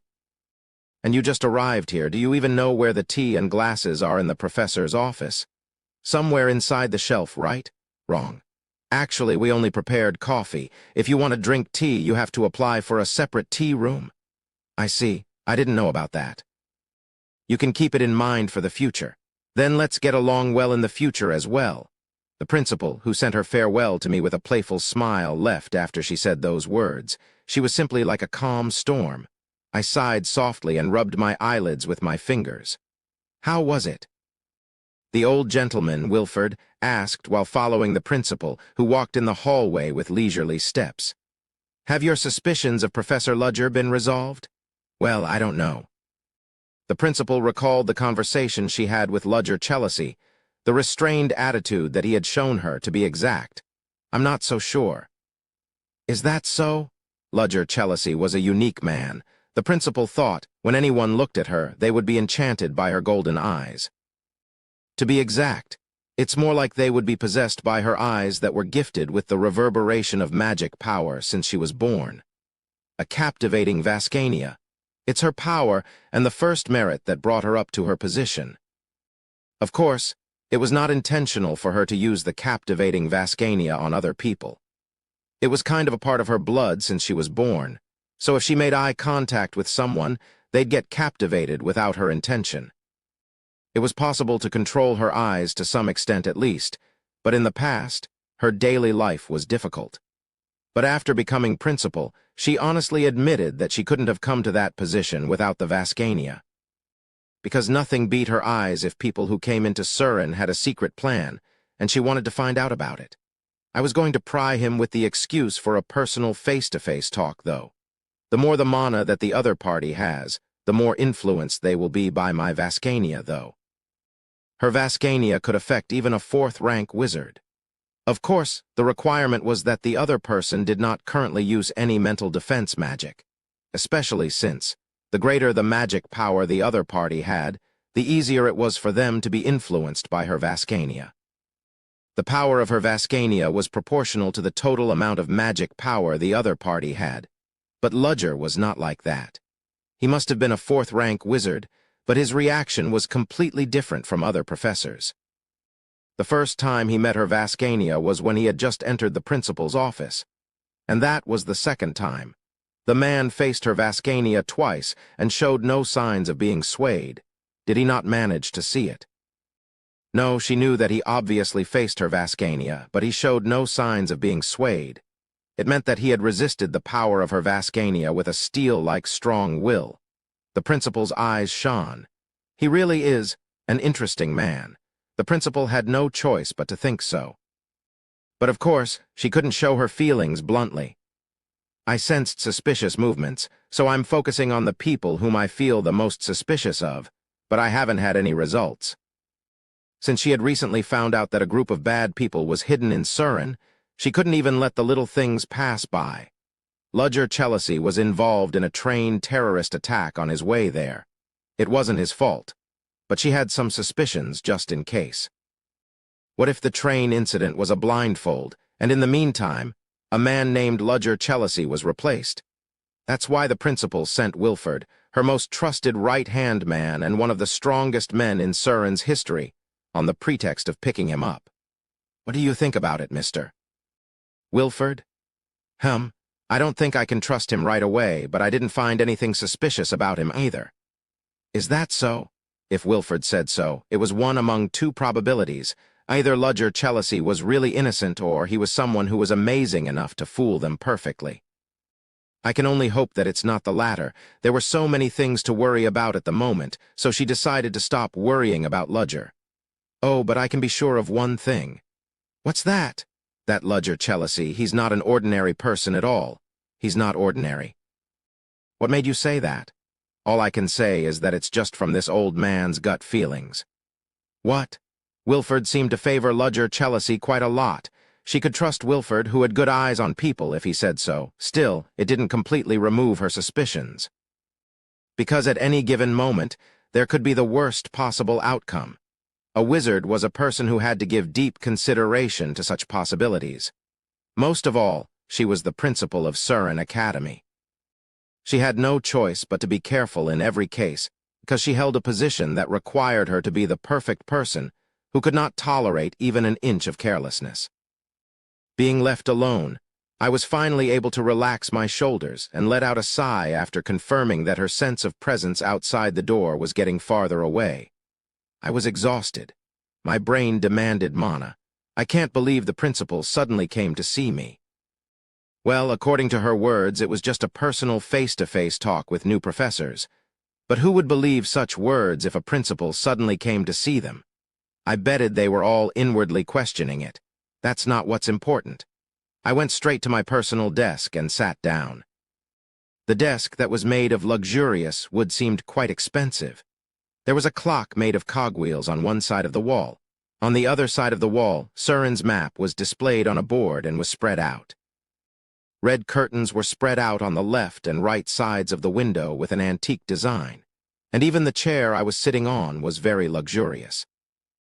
I was impressed by Surin's totality, which allocated that amount of space to new professors, and again by the fact that it was filled with all sorts of high-end furniture. I looked at the list of students who were taking my lecture. So it's for real. There were students who had exceptionally long and cool names on the list of those who took my class. Lendl von Exilian, from the second year. If someone had the Empire's name Exilian as their surname, you would have known right away that she was of royal descent unless you were a fool. She's the student who questioned me daringly during the orientation. Right, I had thought she looked familiar to me. So she was a member of the royal family. It was driving me crazy. Why does the princess, of all people, have to attend my lecture? She must have been taking classes from other professors besides me.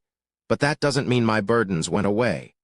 No matter how Surin was said to be the third area where private autonomy was guaranteed within the Empire, if there was a person from the imperial family, the story would be different. If anything happened to her, I'd be in trouble. There's no way anything could happen to her in Surin, but it's just in case. I could not rule out small incidents that might occur when she was experimenting with magic chemicals, simulating actual combat, or performing alchemy. Even if I paid attention to the safety of students as much as I could, there were times when students fight against each other in places that can't be seen by their professors. In order to eliminate such a situation as much as possible, professors were also obligated to protect students. Come to think of it, There was even a secret society hidden in Surin recently. It's driving me crazy. Well, there won't be any incidents happening right away, so let's think calmly for now. I also looked carefully at the list of other students. There were also some other first and second years who stood out. Flora of the Lumos family as well, and there are even aristocrats from other kingdoms. Then my gaze went to a student's name and stopped. Aiden. A commoner who did not grow up in a particularly great family, or that was taught by a prominent wizard. He must have had the talent since he managed to enter, but he was also a child whom I couldn't find anything special with compared to other students. He looked somewhat familiar. There was something that was strangely gripping my nerves. Chapter 17, Suspicion. 2. There's nothing that comes to my mind right away. Even if I was concerned about Aiden, I couldn't recall anything right away, so I decided to move on. I put all the personal information of the rest of the students into my brain. There were a total of 54 freshmen and 26 sophomores. The ratio between first and second years was roughly 2:1. I had already guessed that the number of freshmen was higher because there was dominant among the existing name tags, but it was more than I thought. There are also some freshmen whom I should be careful of. Starting from the newcomers who were backed by the Magic Tower and the Alchemy School, to the kid who was publicized as an extraordinary rookie in the Magic Tower. Even students with ordinary grades in Surin were called geniuses when they went outside Surin. And all those geniuses then strayed to various places. The place was crowded with such people, so it was certainly far from common sense. Having checked the list of all the students, I placed the papers on the desk and pressed my fingers against my throbbing forehead. I'm tired. I'm tired in a lot of ways. I recalled the meeting and conversation that I had with the principal a while before. Considering the principal came to me and pried at me, it meant I hadn't fully earned her trust yet. Moreover, Surin's trust as well. It wasn't a complete suspicion, probably 50-50 when I thought about it. There was a high possibility that their views toward me would be divided depending on how I behaved in the future. It doesn't matter. Since I had already decided to play my role, I had no intention of showing any suspicious behaviors. The principal was the 6th rank, almost the top of the 8 existing hierarchies. I had heard she had crossed the 7th rank. A 4th rank wizard could not beat her even if there were 100 of them. Not to mention the principal. The biggest problem is the secret society. The secret society was still quiet because it was just the beginning of the semester. But if time went by and there was a chance for them to maneuver behind the scenes, they'd move right away. The problem was, for what purpose did they infiltrate Surin Academy? What were they trying to do by planting people there while getting rid of some employees? Were they literally aiming to overthrow Surin, or was there something in Surin? Maybe it's a kind of treason against the Empire. I brought out the newspaper that was stuck between the documents and spread it out. The article in the newspaper, written in black letters, still covered the last incident of the magic engineering locomotive terror attack. The terrorist attack on the magic engineering locomotive turned out to be conducted by the Revolutionary Army. It seemed almost certain that there was a Revolutionary Army behind the train raid. The Revolutionary Army, or the Liberation Army. The Revolutionary Army, under the ideal of the fall of imperialism and the uprising of citizens to break down the existing unfair status system. To be honest, it's no different than a terrorist organization. Originally, if it was according to the Earth's history, the politics of this time would have felt like a parliamentary cabinet system was added to the modern constitutional monarchy. But this world, where magic existed, still belonged to the power of kings and nobles. Still, seeing all kinds of various movements taking place in this world over the past 50 years, the world was also on a similar trend to the flow from the Earth where I lived. The stagnant magic and the science that grew rapidly. At the same time, magic engineering was born by combining science and magic. It was just amazing that such extreme change was happening in less than a century. And that's also the reason why the Revolutionary Army happened. However, it is highly likely that the secret society is not related to the real Revolutionary Army. Frankly speaking, The death of the real First Order, Ludger Chelsi, led me to such a conclusion.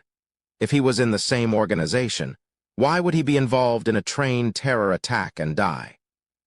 The reaction he showed then was that of someone who never expected his train to be attacked. It meant that the terrorist attack itself was completely unexpected by the secret society. It would be right to separate the secret society from the Revolutionary Army. And there was another thing I could guess. The First Order known as Ludger Chelsi was not someone who was suitable for combat. He was definitely good at magic. His judgment wasn't bad either. He probably received high-level training. However, it was not so overwhelming that he was called an executive of a secret society. What particularly bothered me was the reaction of his secret society's subordinate, who had contacted me secretly. His subordinate saw my face, and she just thought I was the First Order. I'm sure it's not that she doesn't know the face of the Ludger I saw on the train. Why? She obviously accepted the fact that his appearance had changed. If she thinks that it's natural for him to change his appearance, I can figure out the specialization of the dead Ludger Chelsi. In other words, the First Order specialized in disguise and infiltration. It was rather fortunate for me since I had those characteristics as well. At least I wouldn't gain any suspicions from the other members by my appearance. I could be at ease. For now, I'm just going to do my activities as a professor, and I won't say anything to the secret society. I can just say it's an attempt to clear the Academy's suspicions.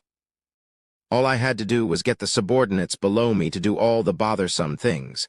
And in fact, as someone who held a First Order qualification, I just had to be careful about solidifying my position. Maybe I wouldn't have to worry about it for a while.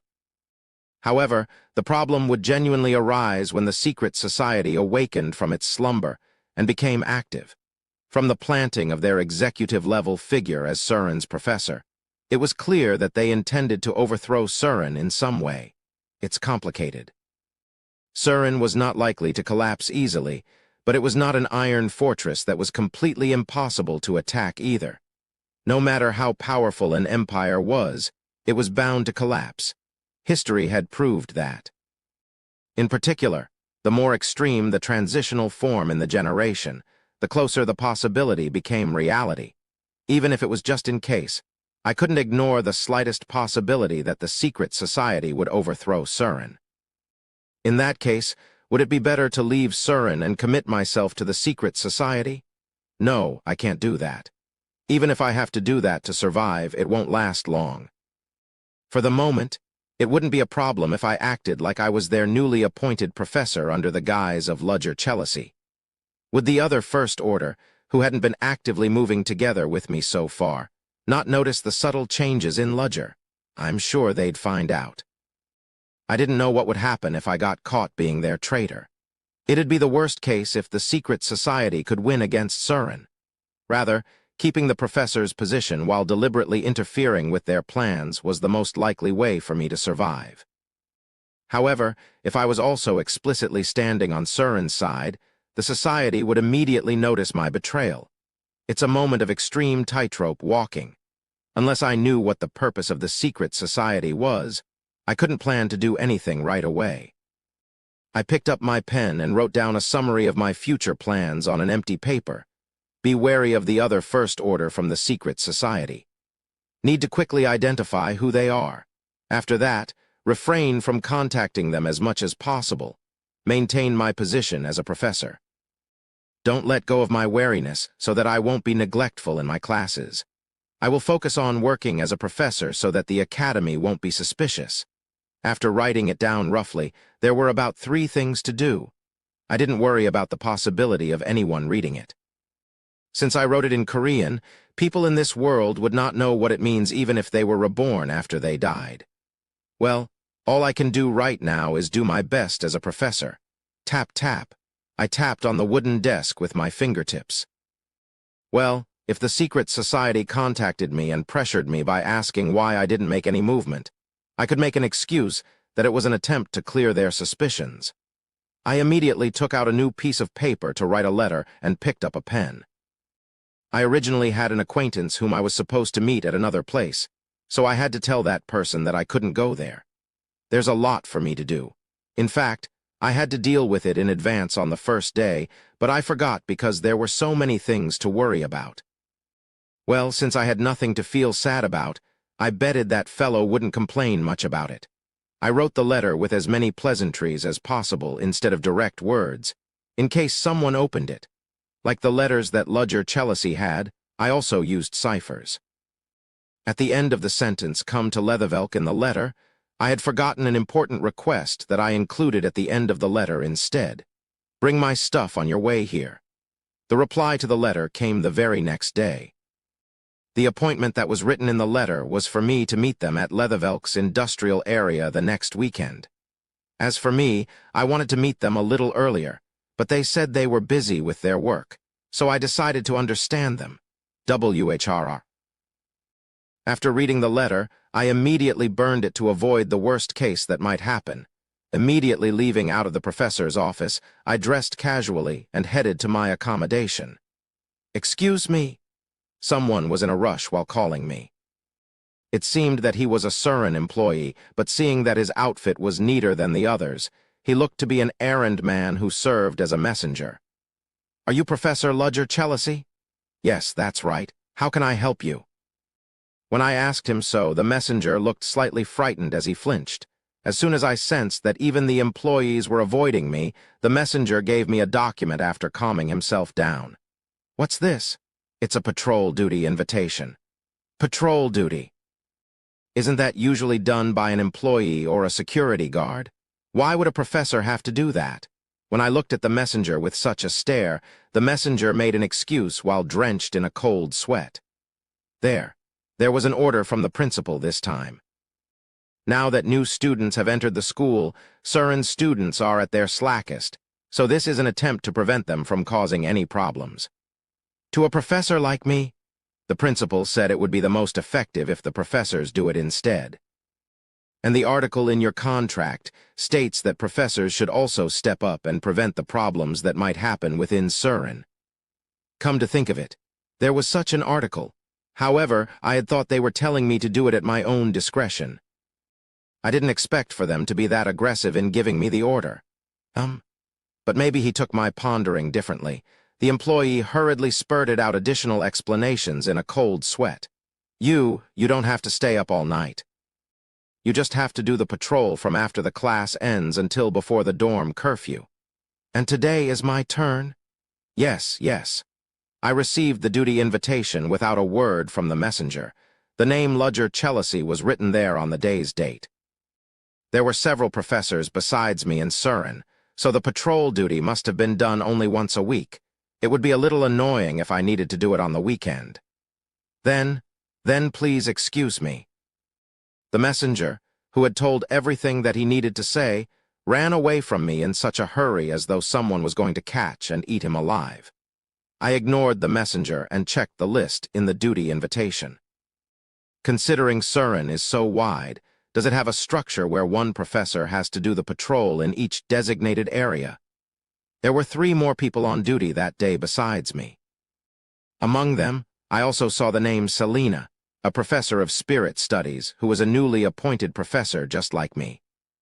Well, we don't have to meet each other because the area of our patrol is different, but let's say hello if we meet.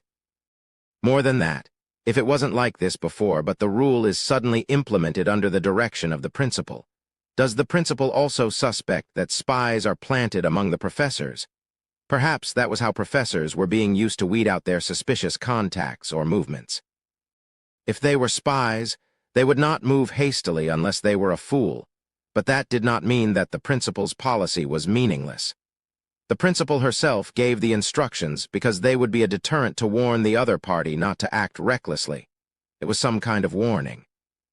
From the principal's point of view, it was good if the suspicious people got caught there, and even if they didn't get caught, there was still nothing to lose from that kind of policy.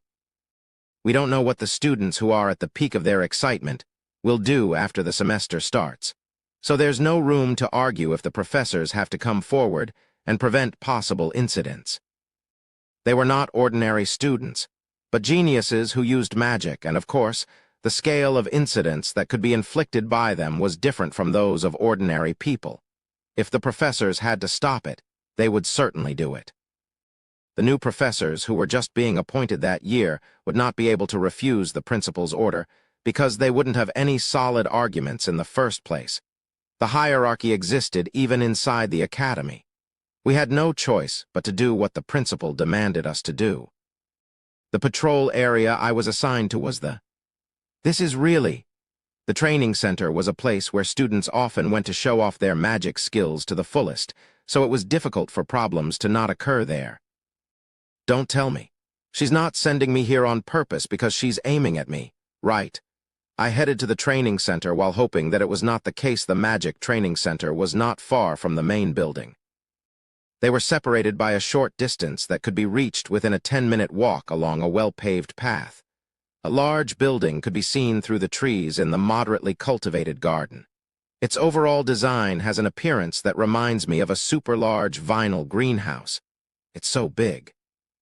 Even on Earth, the size of the stadium was so large that it couldn't be measured properly, so it's very impressive. There are 3 such buildings inside the academy. Each was called the first, second, and third training center, and the largest of them, the third training center, was also the main stage where Surin Academy's event, Magic Festival, was held every semester. I looked at the third training center that was located closest to me, but there were no particular incidents, so I passed it.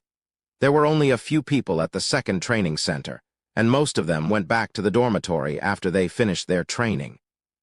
I was just about to check out the first training center before going back to my accommodation. Eventually, an incident broke out. How dare a lowly commoner like you? I could feel some mana that was fluctuating inside the training center along with a shout that seemed to be torn in octaves. Sensing that my anxiety had become a reality, I immediately ran inside the training center.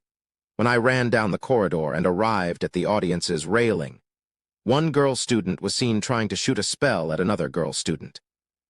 The magic she used was the 2nd-tier electric spell Burning Thunder.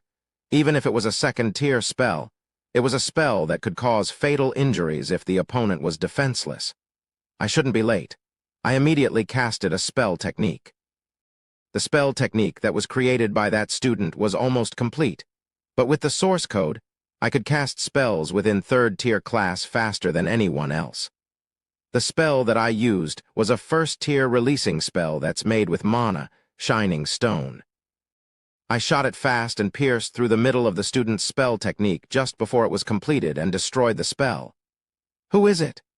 The student whose spell technique was destroyed stared at me with anger, thinking that she had been disturbed. Chapter 18. Lin, the Commoner Girl, 1. Surin's training center was an open space for anyone to use. It's wide and there were 3 such training centers, so students could freely cast spells anywhere in the spacious space. The most common users of the training center at the beginning of the semester were especially the freshmen, who were curious about the prestigious Surin's facilities. As a result, it was inevitable that the freshmen would obviously be involved in small accidents. The children who entered Surin had already heard that they were geniuses everywhere. Freshmen who have not experienced proper competition have strong self-esteem because they still think that they are the best. There wasn't any chance that they would give up to the other party. At the start, they would spend time nonchalantly with each other. But if they gradually proceeded with the class and become engaged with each other, there would always be a collision that happens. And it was the first training center where such occurrences happened most often. Just like at that moment. What? Say it again. This is a place that's free to use for everyone. There's no reason for me to leave, though. Lin frowned at the 3 students who were glaring scornfully at her. The woman who had gray hair, which was rare in the Empire, was caught in a dispute when she visited the first training center out of curiosity. The reason was trivial. It's just that those 3 people were going to use the place, so they told Lin to get out of there. They did not speak in a good manner, and they one-sidedly ordered her to leave because they did not want to use the same space with a commoner. There were not that many students using the training center, and there was enough free space. Nevertheless, it was a blatant insult for anyone to only rule them out and tell them to leave. A total of 3 people were picking a fight with her, 1 woman and 2 men. They were all children of aristocratic families with nobility flowing in their blood. Among them was Dynama Romley, a first-year student who was the daughter of Count Romley. She was standing at the center of the trio while spitting direct verbal abuse at Lynn. Her blonde hair, which was flowing down to the waist, was curled up like a roll in the edges. Just by looking at her fierce impression, Lynn could already assume that her personality was usually rude. Even so, Lynn didn't expect Dynama to suddenly pick a fight with her like that. If you feel so uncomfortable, why don't you guys leave instead? Ha, how dare you talk back to me? How dare such a vulgar and impudent commoner like you to a noble blood like me? Surin doesn't divide the students' rank by social class and blood. You entered this school, yet you don't even know about it. That's just what you guys want to believe. You have a blind trust in what they said to you just to make you happy. That's why you guys are so low. That's right, Miss Dynama. That's why we shouldn't have low-class commoners here.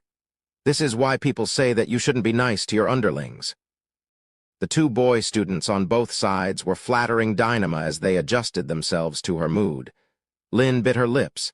They didn't even try to listen to whatever she would say in the first place, because she was a commoner. Even if she continued to argue there, she'd only tire herself out. Lynn turned her back while thinking that she would just not have them as her company. The problem was that such behavior offended Dynama's high self-esteem. How dare a commoner like you ignore me when I was talking? Count Romley was a typical aristocrat who fell into elitism and looked down on commoners. And Dynama, the only daughter of the Count, had also inherited her father's tendency. For her, who had only seen and heard such elitist views since she was young, she was bound to have that kind of personality.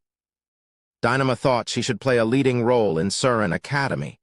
Even if there were many great seniors in the second years, she should be the most dazzling one among the first years. That's what she believed. When she arrived at Surin, most of the students became her competitors.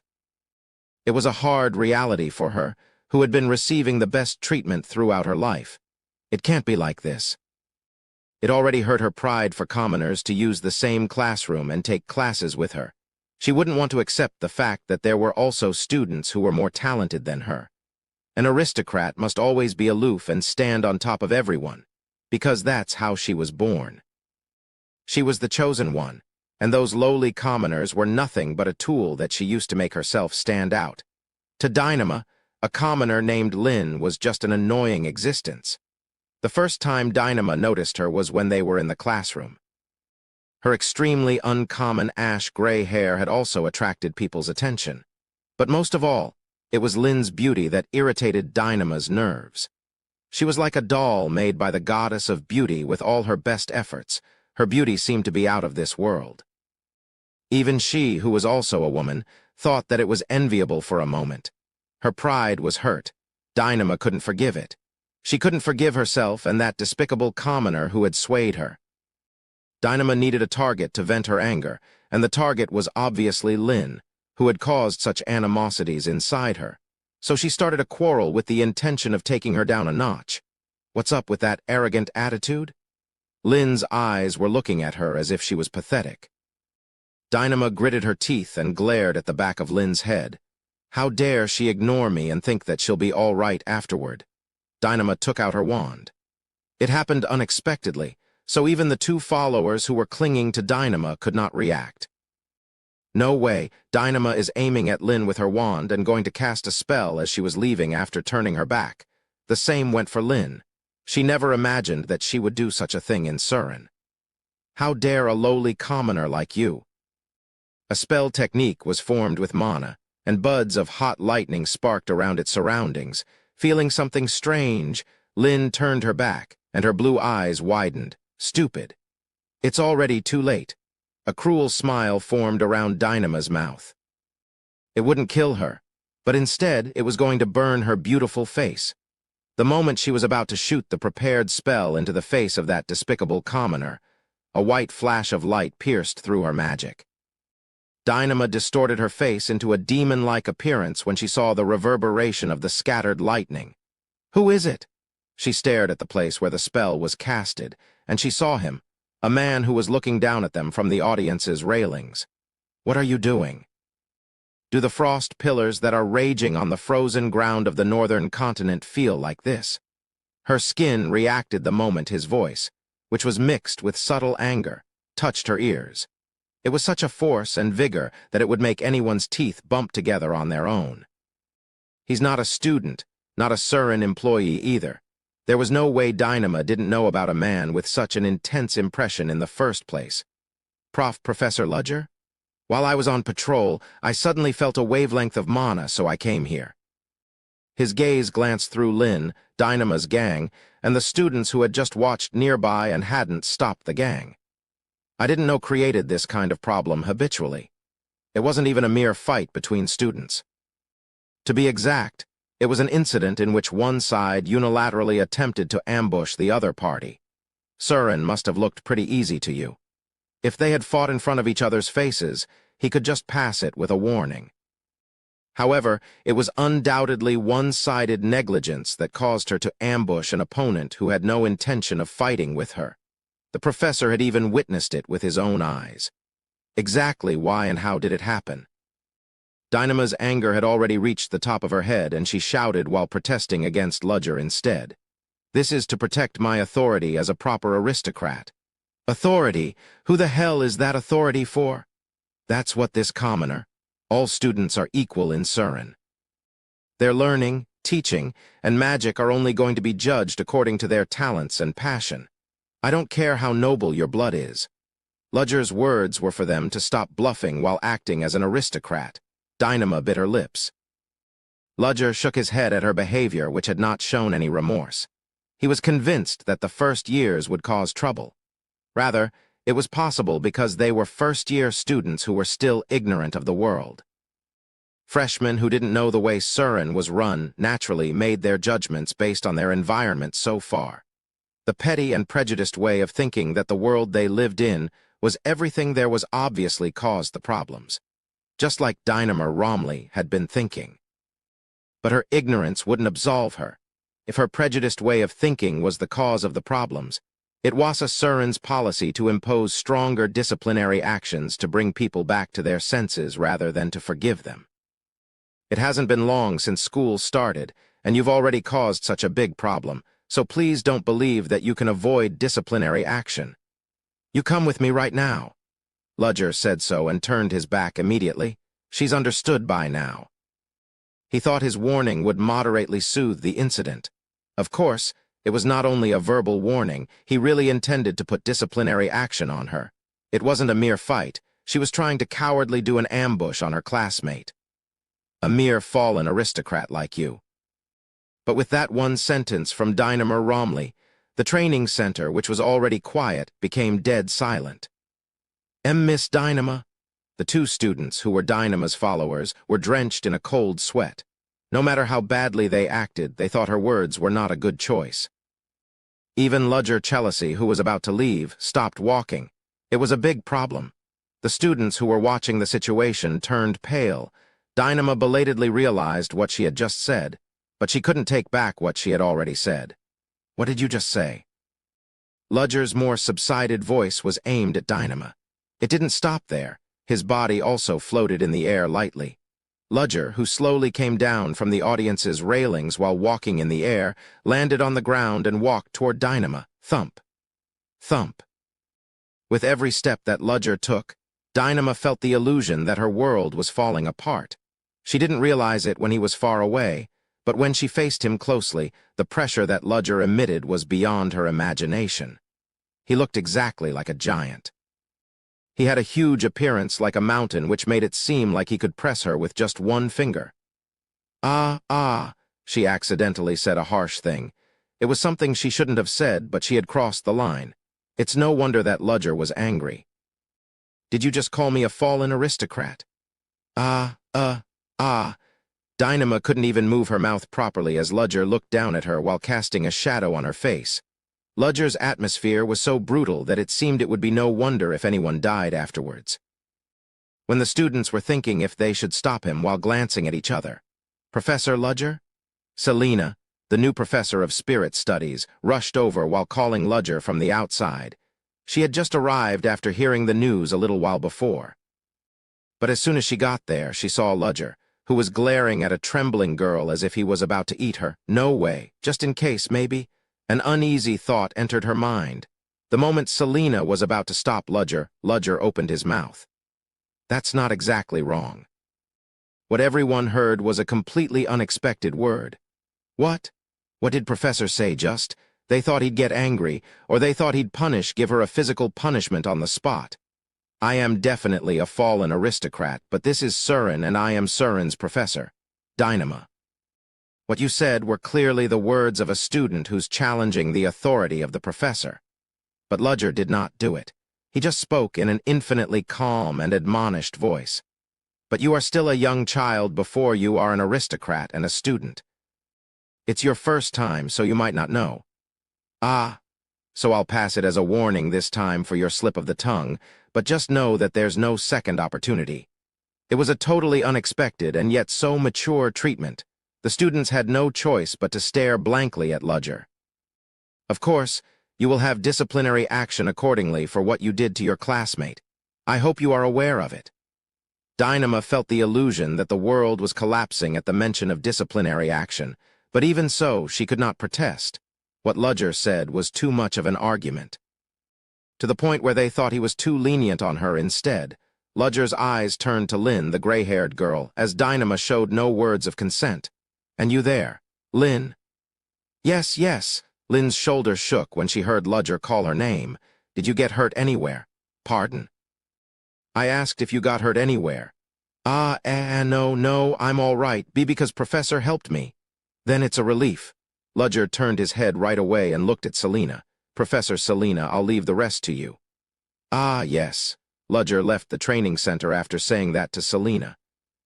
No one dared to move until he disappeared beyond the darkness of the corridor. Just blankly. They could only stare at Ludger's back. Chapter 19 Lynn, the commoner girl too.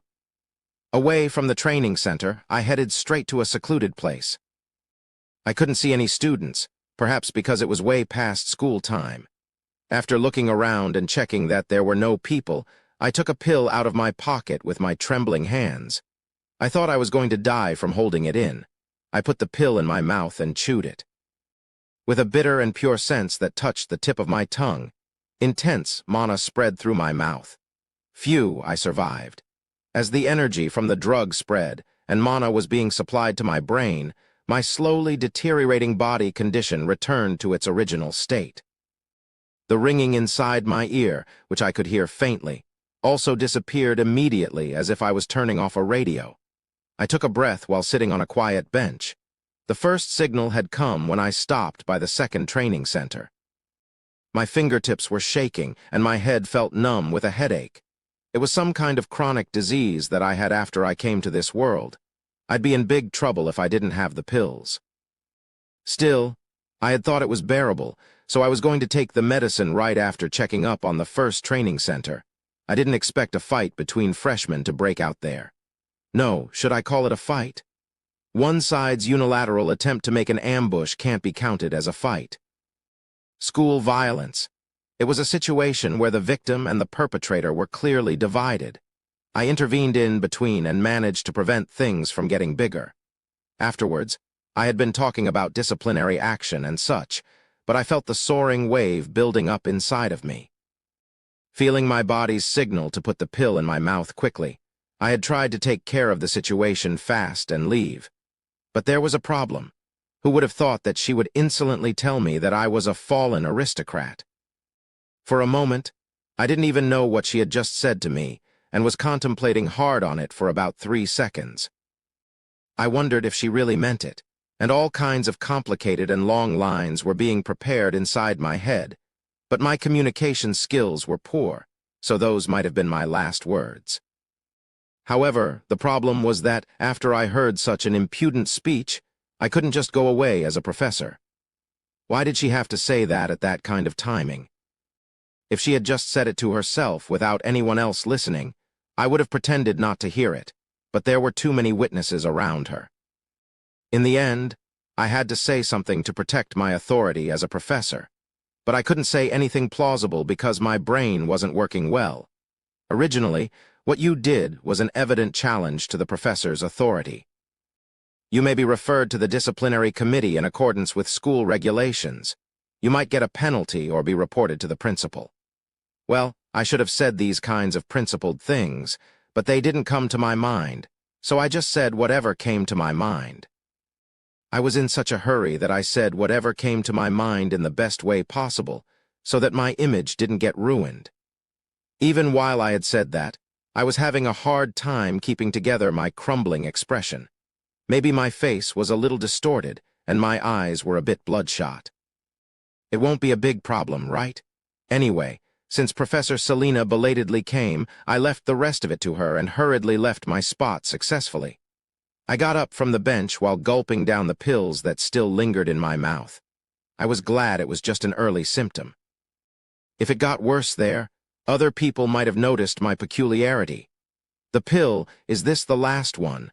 I sighed when I found out that the medicine bottle was empty. I put the extra medicine in a bag that I had sent away. I didn't know that this would happen since things went awry in the middle. I'm meeting him next weekend. It honestly seems like it will be hard for me to hold out until then, so I'll have to write a letter again and tell him to come earlier. Otherwise, I'd have to rent a private pharmacy and make it my own space.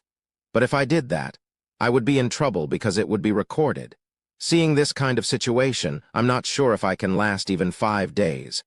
If I consumed mana, the period of 5 days would be shortened. I hope everything will go by safely until then. I went on patrol again, taking a light breath into my mind as it gradually became clearer. Are you okay? Yes, I'm fine. Thank you for your concern. Don't mention it. This is my job. Lynn bowed to Selina, who took her to the infirmary even though she adamantly refused her offer and told her that she was fine. Selina gave a warm smile and waved her hand, but Lynn meant her gratitude. That Professor Selina. HM? What will happen to her? You mean Dynama, right?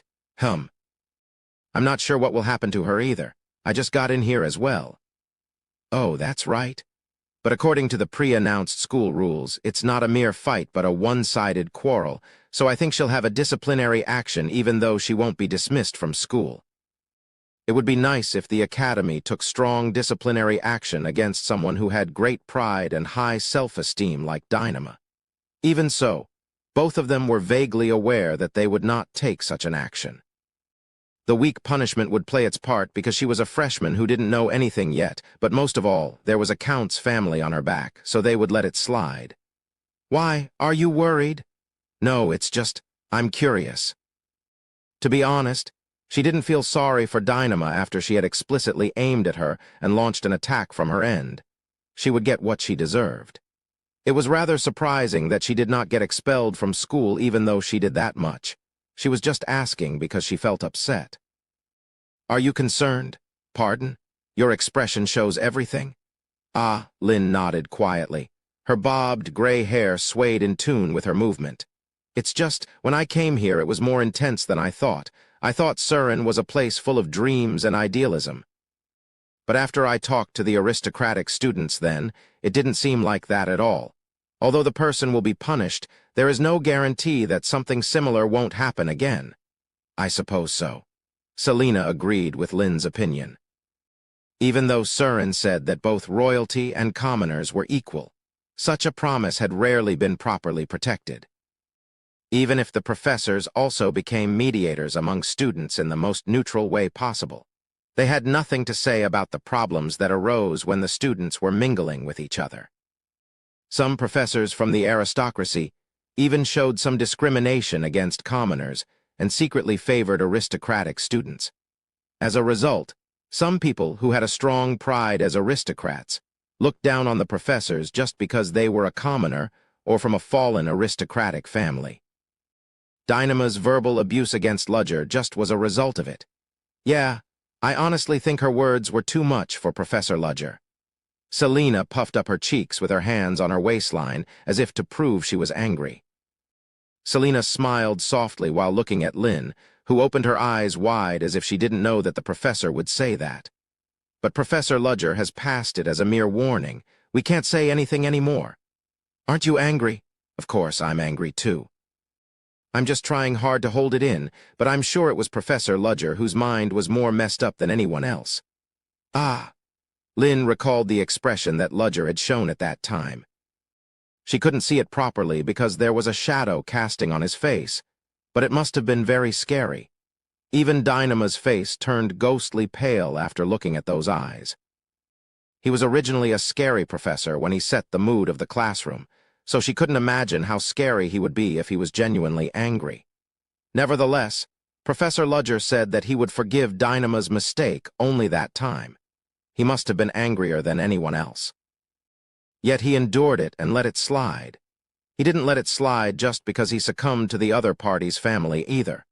On the contrary, it was more like a form of mercy to guide a student who was really lacking in many aspects. And that was because Ludger stared at her coldly all the time instead of being intimidated by Dynama. A person who showed such an expression would not step down just because of the other party's family influence. To be frank, when he spoke to Dynama while saying that he was indeed a fallen aristocrat, Lynn thought that his behavior was completely unexpected as she witnessed it, and also that he looked really cool. So I'm going to believe it for once. I'm sure what they did is wrong, but they're still young students, right? Just think that there's still a chance for them to change. Ah, Selena scratched her head. Heh, sorry, I really sounded like an old lady, right? No, Professor Selena is still quite young. Honestly, if we met outside Surin, I would have called you as though you're my older sister. Oh, my Tilda, thank you for the compliment. You're a good girl, Lynn. No, it's true, though. Selena herself may have thought that she was old, but according to Lynn, she was so young that she would look like her senior if she wore a school uniform. Selena, who was beautiful and always smiled, had already been the target of some male students' love. It was just that she was not aware of it, actually. She wondered if people in their mid-20s thought they were that old in the first place. Older sister, you said, Tilda, it sounds good. I wish I had a younger sister like Lynn as well. I also wish I had an older sister like Professor Selena. Really? Oh my, you're such a nice girl, Tilda, hey. Then can you give me some more points during the spirit studies class? After I saw you working hard, Tilda, Selena laughed while replying to Lynn's joke. Time's already passed by so fast. I'll go look around the rest of my patrol area. If there's something wrong with your body, you have to tell me, okay? Yes, I will. Selena left the infirmary while waving her hand. Lynn, who was left alone, stared at her physical condition and got out of bed, thinking that she was fine. Come to think of it, Professor Ludger actually called my name. When she used the training center, she wore comfortable clothes in case her uniform got dirty. Obviously, she didn't have a name tag then, so no one knew Lynn's name, but Ludger Chelsea naturally called her name. Lynn. He had said, did he remember me from when I took his class? For Ludger Chelsea, she was just one of his 80 students, a commoner who didn't even need to be noticed. Still, Ludger remembered her name. Suddenly, she remembered what he had said to Dynama. All students are equal in Surin. Just like a stone that was thrown into the calm water, the words caused a ripple in Lynn's mind. If he had only spoken empty words, she would not have believed it and would have been rather disappointed. But Ludger was not like that. His actions, his unwavering principle, his voice, he instilled hope in Lynn for Surin. His first impression was obviously that of a scary professor. Even as he was a new professor, she hadn't expected much when she took his first class. However, she was surprised at once by the innovation of the source code shown by Ludger, and realized that he was not appointed as a professor in Surin just by his words. Even so, recalling the inconsiderate and audacious attitude that he pointed out to Flora, she thought he was a tiresome professor in many ways. But he wasn't like that. When he was mediating the situation, he ended up only warning the student, even though he had been insulted. He had even asked her if she had been hurt anywhere as he saved her. He suddenly appeared at the moment of crisis and saved her. It was just a passing moment, but it seemed like she saw a prince riding a white horse in the fairy tales. It made her heart throb. No, Professor Ludger wouldn't have thought much of me. Yeah, there was nothing more shameful than being all flustered by herself for no reason. She was there to learn magic, not to look for that kind of dramatic encounter. I was able to return to my accommodation comfortably, because nothing unusual was found on my patrol after the incident at the first training center. When I got back to the accommodation, I immediately mailed a letter to him. The content of the letter was for him to come earlier because it was hard for me to wait until the next weekend. And the next day, the reply came early in the morning. What was written inside the letter was simple. The work he was dealing with ended earlier than he thought, so he would depart right away. We will meet the next day on the weekend. The place of our appointment was the industrial zone beyond the eastern business zone of Leathervelk. I burned the letter, thinking it was a suitable place that was away from people's sight. Today is Friday. It's Saturday tomorrow, so I'll be able to go through the day. Students must have been at the peak of their excitement because it was the first weekend since the start of the semester. But would the same type of incident happen? Similar to the previous day, while thinking so, I heard a strange story from Professor Selina, who was having lunch with me. Did you just say werewolf? Yes, werewolf. Rumors about werewolves began to circulate in Surin. Chapter 20, Abraham Van Helsing 1. Professor Selina, who was smiling brightly again that day, nodded at my question. Yes, rumors have already spread all over amongst the students. A werewolf who exists only as a city's ghost story. Funny, right? No matter how many geniuses are gathered here, I think they're still students after all. I can't believe they are genuinely concerned about that kind of ghost story. Professor Selina laughed, saying that the students' imaginations were so cute, but I couldn't laugh. It was said that the first source of the rumor was from the students who went out to the nearby city of Leathervelk the previous day. It was a dark night in Leathervelk when the sun had set. The first sighting of a werewolf was when they saw a black shadow wandering through the roofs of the buildings in between the night fog that was gently subsiding. I shook my head. They're still children, aren't they? Yes. Of course, but it was a little fascinating to hear that the werewolf they saw outside the city was also seen in Surin. Inside Surin too, you said? Were the students inside the school seeing things because those who saw a werewolf in the city spread rumors about it? Surin must be so wide, and since it is a place where all kinds of magics are prevalent, strange phenomena occur due to the magic power. There are 7 ghost stories in real life, right? 7 ghost stories, you said? Yes, you didn't know. Professor Selina knows a lot about ghost stories, I see. What? It was just a compliment, but Professor Selina somehow overreacted to it. She opened her eyes wide and her cheeks blushed in a pinkish. Her hair also stood on the edges a little. When I gave a curious look as to why she was reacting like that, she spoke in a hurry as an excuse. I didn't look meticulously for Surin's school ghost stories in particular. It's just, I was thinking about what topics to talk about when we're having a conversation about the students, so that's not the case, really? I get it, so calm down. Seeing that both of her arms that lost direction were shaking here and there, they seemed to nearly bump into the plates and spill the food as if she was being careless. No, it's really not the case. But Selina continued to make more desperate excuses as if she sensed some temper in my attitude. When I thought that lunchtime was unlikely to proceed like that, Professor Merrilda intervened. Oh, come to think of it, Professor Ludger, I heard you've done your job quite splendidly since your first class. Is that true? What are you talking about? You know, you showed them a groundbreaking magic that shortened the time spent for casting spells. What's the name again? Source code? Selina also forgot that she was embarrassed and shouted such words with fire in her eyes. Her shout was so loud that there was a momentary silence in the professor-only cafeteria. Professor Selina lowered her head when she realized her slip of the tongue. Her earlobes that were exposed through her pink hair turned bright red. I let out a small sigh and nodded. Yes, that's right. As I nodded and confirmed it, the gazes from every direction of the cafeteria stuck to me. They were the gazes of the professors who were eating at the other table. As I was wondering why they were staring at me like that, Professor Merrilda moved her upper body toward me and explained it in a way that I could hear well. It's because everyone is interested in Professor Ludger's spell. My spell, you said? Oh my, are you pretending not to know? The spell that Professor Ludger showed in your first class has spread throughout Surin, though? I put a piece of meat in my mouth and figured out how things were going. Are they interested? From the first day of class, I vaguely guessed that it would be like that. From the perspective of the people of this world, The source code that was borrowed from a 21st century computer programming method was simply innovative.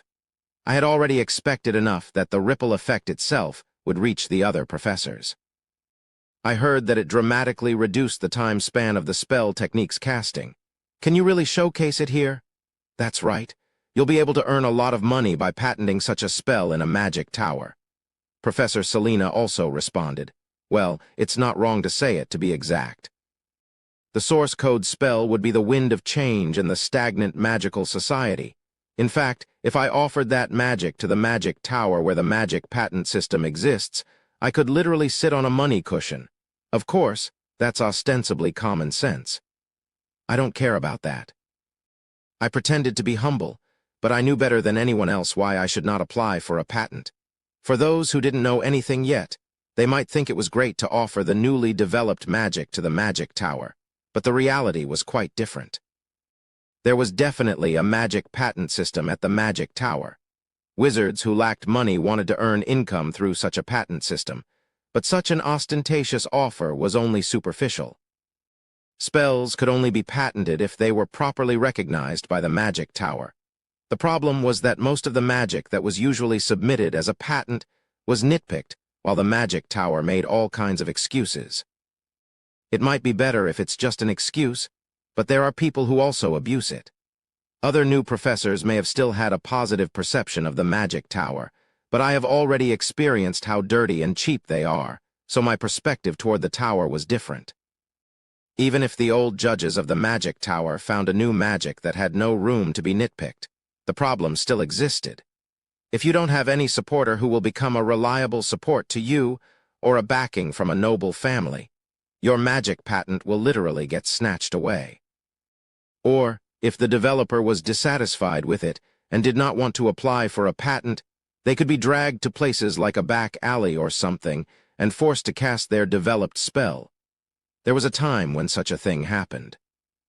In other words, the nominal patent system that was being promoted by the magic tower was nothing but an ostentatious fraud. Knowing that, I didn't offer my spell to the magic tower in order to earn money. It was an obvious reality to get kicked out because one didn't have a backing, let alone money. I'm better off as Ludger now. Although he was a fallen aristocrat, he was currently working as a professor in Surin, so it was not bad in terms of his recognition. However, even with Ludger's identity, the magic tower might make me catch a sleeping weasel if I barely lowered my guard. A place where stagnant old men's greed was as rampant as sticky mud. Even I loathed such a place, and the source code that I intentionally showed in Surin was an act that was done with some calculation. First of all, the students would spread talk that the groundbreaking spell of source code was created by Ludger Chelsea, and the story would circulate. The rumors would keep spreading among students and reach the professors, and even among the professors, the rumors would keep spreading outside of Surin. That's how it had reached the ears of the magic tower. If I lowered my head first and applied for a patent, it'd be like offering my neck to be cut. However, if they approached me because they were getting impatient with the advent of new magic, then the position of the former and the latter would change, and Ludger's status would be even higher.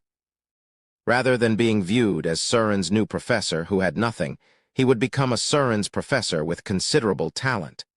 If I carried around such a name card, people around me wouldn't easily look down on me. It would take a little time, but there was nothing better than that to solidify my position.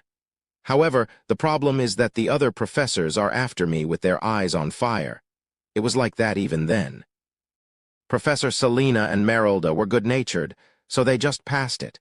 But the other professors had been sending me explicit jealousy. Especially the eyes of Crispin Nimor, one of the professors who was newly appointed with me at the same time, seemed to be like an infested magma. He could kill people with his eyes like that, but it's still a shame. I don't have to think that it's a shame to show it to my students first. I got up from my seat after properly wrapping up my sentence. It was because I thought I would get indigestion from the other professors' gazes if I stayed there. I'll be on my way now. I have another class to teach. Oh yes, good luck with your work. Goodbye, Tilda. I nodded my head lightly to the two professors who sent their farewells to me. and walked away quickly from the professor-only cafeteria. Merylda narrowed her eyes as she watched Ludger go away. She had thought he was a great guy from the first time she saw him, but she realized it even more while talking with him. Ludger Chelsea? That man had really shown the spell of source code, which even the other professors had eyes on, to the students first. Otherwise, he wouldn't have kept it secret until he showed it to the students in his first class, let alone revealing it to the Magic Tower. From Merylda's point of view, Ludger's behavior had not been something akin to wizards in those days. It's a little strange to say a term like wizards those days, but wizards had always been like that since the old days. Because they were too cool-headed, they lacked a lot of empathy, and that made them selfish and lacking in consideration for others. But over time, such tendencies had become much worse. It was the magic world of that time that even a teacher who had to teach someone never showed his vision bluntly, because they did not trust their student. She was feeling it earnestly because she also had experienced a similar situation. But what about Ludger? Even when he had that great spell, he didn't show off his skills to his surroundings. And what was more surprising was that he used the spell in front of his students. No matter how young the students are, if he shows them how to use a spell like that, some sensible students might get the ropes of the technique. Doesn't he even worry about his spell being snatched away? There are only two reasons for him to do so. One was that the spell was something that's hard to understand just by looking at it. Or, he'd resolved that it was okay for the spell to be snatched away by someone, i.e., no way. But if it wasn't that, the confident attitude that he showed her when they were eating a while ago, that couldn't be explained. I can't believe such a person is a new professor like me. The more she thought about it, the more shabby she felt about herself. Merylda sighed and turned her head to the side. Selina, her colleague and close friend, stared vacantly at Ludger's seat. She was pretty much into it, too. Merylda shook her head, thinking that she couldn't help it. Then she immediately smiled mischievously before touching Selina's neck with her fingertips. Yeah. Selina, what are you thinking about? Why are you feeling upset that Professor Ludger left first? PR Professor Merylda. What on earth are you talking about? It was indeed fun to tease Selina. Merylda thought so and teased Selina for a while. Of course, she would have to appease Selina afterward, who became sulky along the way. Saturday after the theory class ended. From noon, when the sun was shining the brightest, I had already been in Leathervelk, a nearby city from Surin. At first, it seemed like I was having a simple walk to look around nearby cities, but in reality, I did that because I had a previous engagement. The appointment was at night, so there was still a lot of time left. I arrived early to look around and see what kind of place Leathervelk was. The city itself looks pretty splendid. Leathervelk, a city with advanced magic engineering, was a huge city where the Ramsey River, which stretched for more than 500 km, flowed into the center of the city. The flowing rivers and countless railroads on its ground were the blood vessels that instilled the vitality of the city, and the people living in them were full of vigor. Leathervelk, which was the center of all kinds of business, magic, and engineering, had won the reputation of being the most developed city since it was side by side with Surin Academy. I walked through Centerford, the main street of Leathervelk. Unlike other districts, there were gentlemen and ladies dressed in suits quietly enjoying their leisure time. Centerford, a place that symbolized the revival of Leathervelk, a residential complex inhabited by rich people. The roadside trees were beautifully carved, and steam cars and golem wagons roamed on every road. I drank coffee while sitting on the terrace of a quiet cafe. The subtle fragrance of coffee beans and the aroma of coffee I drank were mixed in a cafe that was quiet, even on weekends, inflicting a strange atmosphere. It's cool. It was a beautiful place, and I wanted to live in a place like that at least once. It would be natural to have such a vague idea in my mind. The price of the housing here must be expensive. After I got up from my seat and calculated the price of the coffee I drank, I headed to the next area. It was Grand Chapel, a high street with the most population in Leathervelk. It was the place where a huge white cathedral in Gothic revival style stood tall. It was a busy street for some reason. So many things that I had never seen before in the other places were all packed on that street. Machines emitted white steam from an external combustion engine made of brass, and the technicians working with those machines. Children playing with little mechanical toys. People who were busking on the streets while playing accordions, cellos, and violins, and the citizens who danced while listening to the music. As I walked around the city while taking a look at various places, the sun was sinking and the sunset began to burn the skies. Ding, dong, ding. A huge clock tower that was rising throughout the city rang a bell, signaling that it was already 6 o'clock. Since it was early spring, where there were still traces of winter, the sun set early, and the air that touched my skin quickly became cold. I headed for the appointment while closing the front of my black coat. So far, I had only seen the beautiful appearance of Leathervelk, but the place I was headed to was the opposite. A clear shadow that's cast under the intense light. The place was called the hideous bare face of the city. I walked through the water vapor that was rising from the surface of the Ramsey River, while pressing the wide-brimmed hat that I wore on my head. When the clouds, which were the of burning scarlet flames, drifted over to the west, and the deep blue sky covered the entire city of Leathervelk, I stood in front of an alleyway in a foggy industrial area. There were no people. The street vagrants gave up begging and went back to the deep side of the alley, and the children who worked hard to earn a daily wage while coughing severely also went home. I was the only one there. The scarlet light of the street lamps touched the fog and hazily scattered. In that empty silence, I waited for the person I was supposed to meet while leaning against a brick wall covered with dirt. He said he'd come early, but he's late. As soon as I thought so, I heard a sound from the inside of the alley that I was leaning my back against. Grrrrrrr. It was a sound that could never be made by a human being. I pulled my back from the wall and stared inside the alley. A pair of red eyes rose from inside a strange space that was half mixed with gray fog and pitch-black darkness. This is really... I remembered what Selena had said at the cafeteria the day before, the rumor that students saw werewolves. She'd gone on by saying that it's just a ghost story, but I wasn't sure. Looking at it then, I wondered what she would think of it. At that moment, he moved in the darkness. His movement was heading towards me in an instant. I didn't miss it and stared at the werewolf intensely. I immediately raised my fist and hit him on the head. Bomb! Arg! A loud scream resounded briefly amidst the fog. I looked down at the guy who sat down in front of me without hiding his pathetic face. I wondered why you were late, so you were planning to play this kind of prank. Darn it. Still, it's been a while. Can't you act surprised somehow? The person who said that and touched his head with his hand was the acquaintance that I was supposed to meet, who could also be called my subordinate. Long time no see, Hands. Long time no see. He was the cause of the werewolf rumor among the students. For more chapters, join my Patreon, link in description.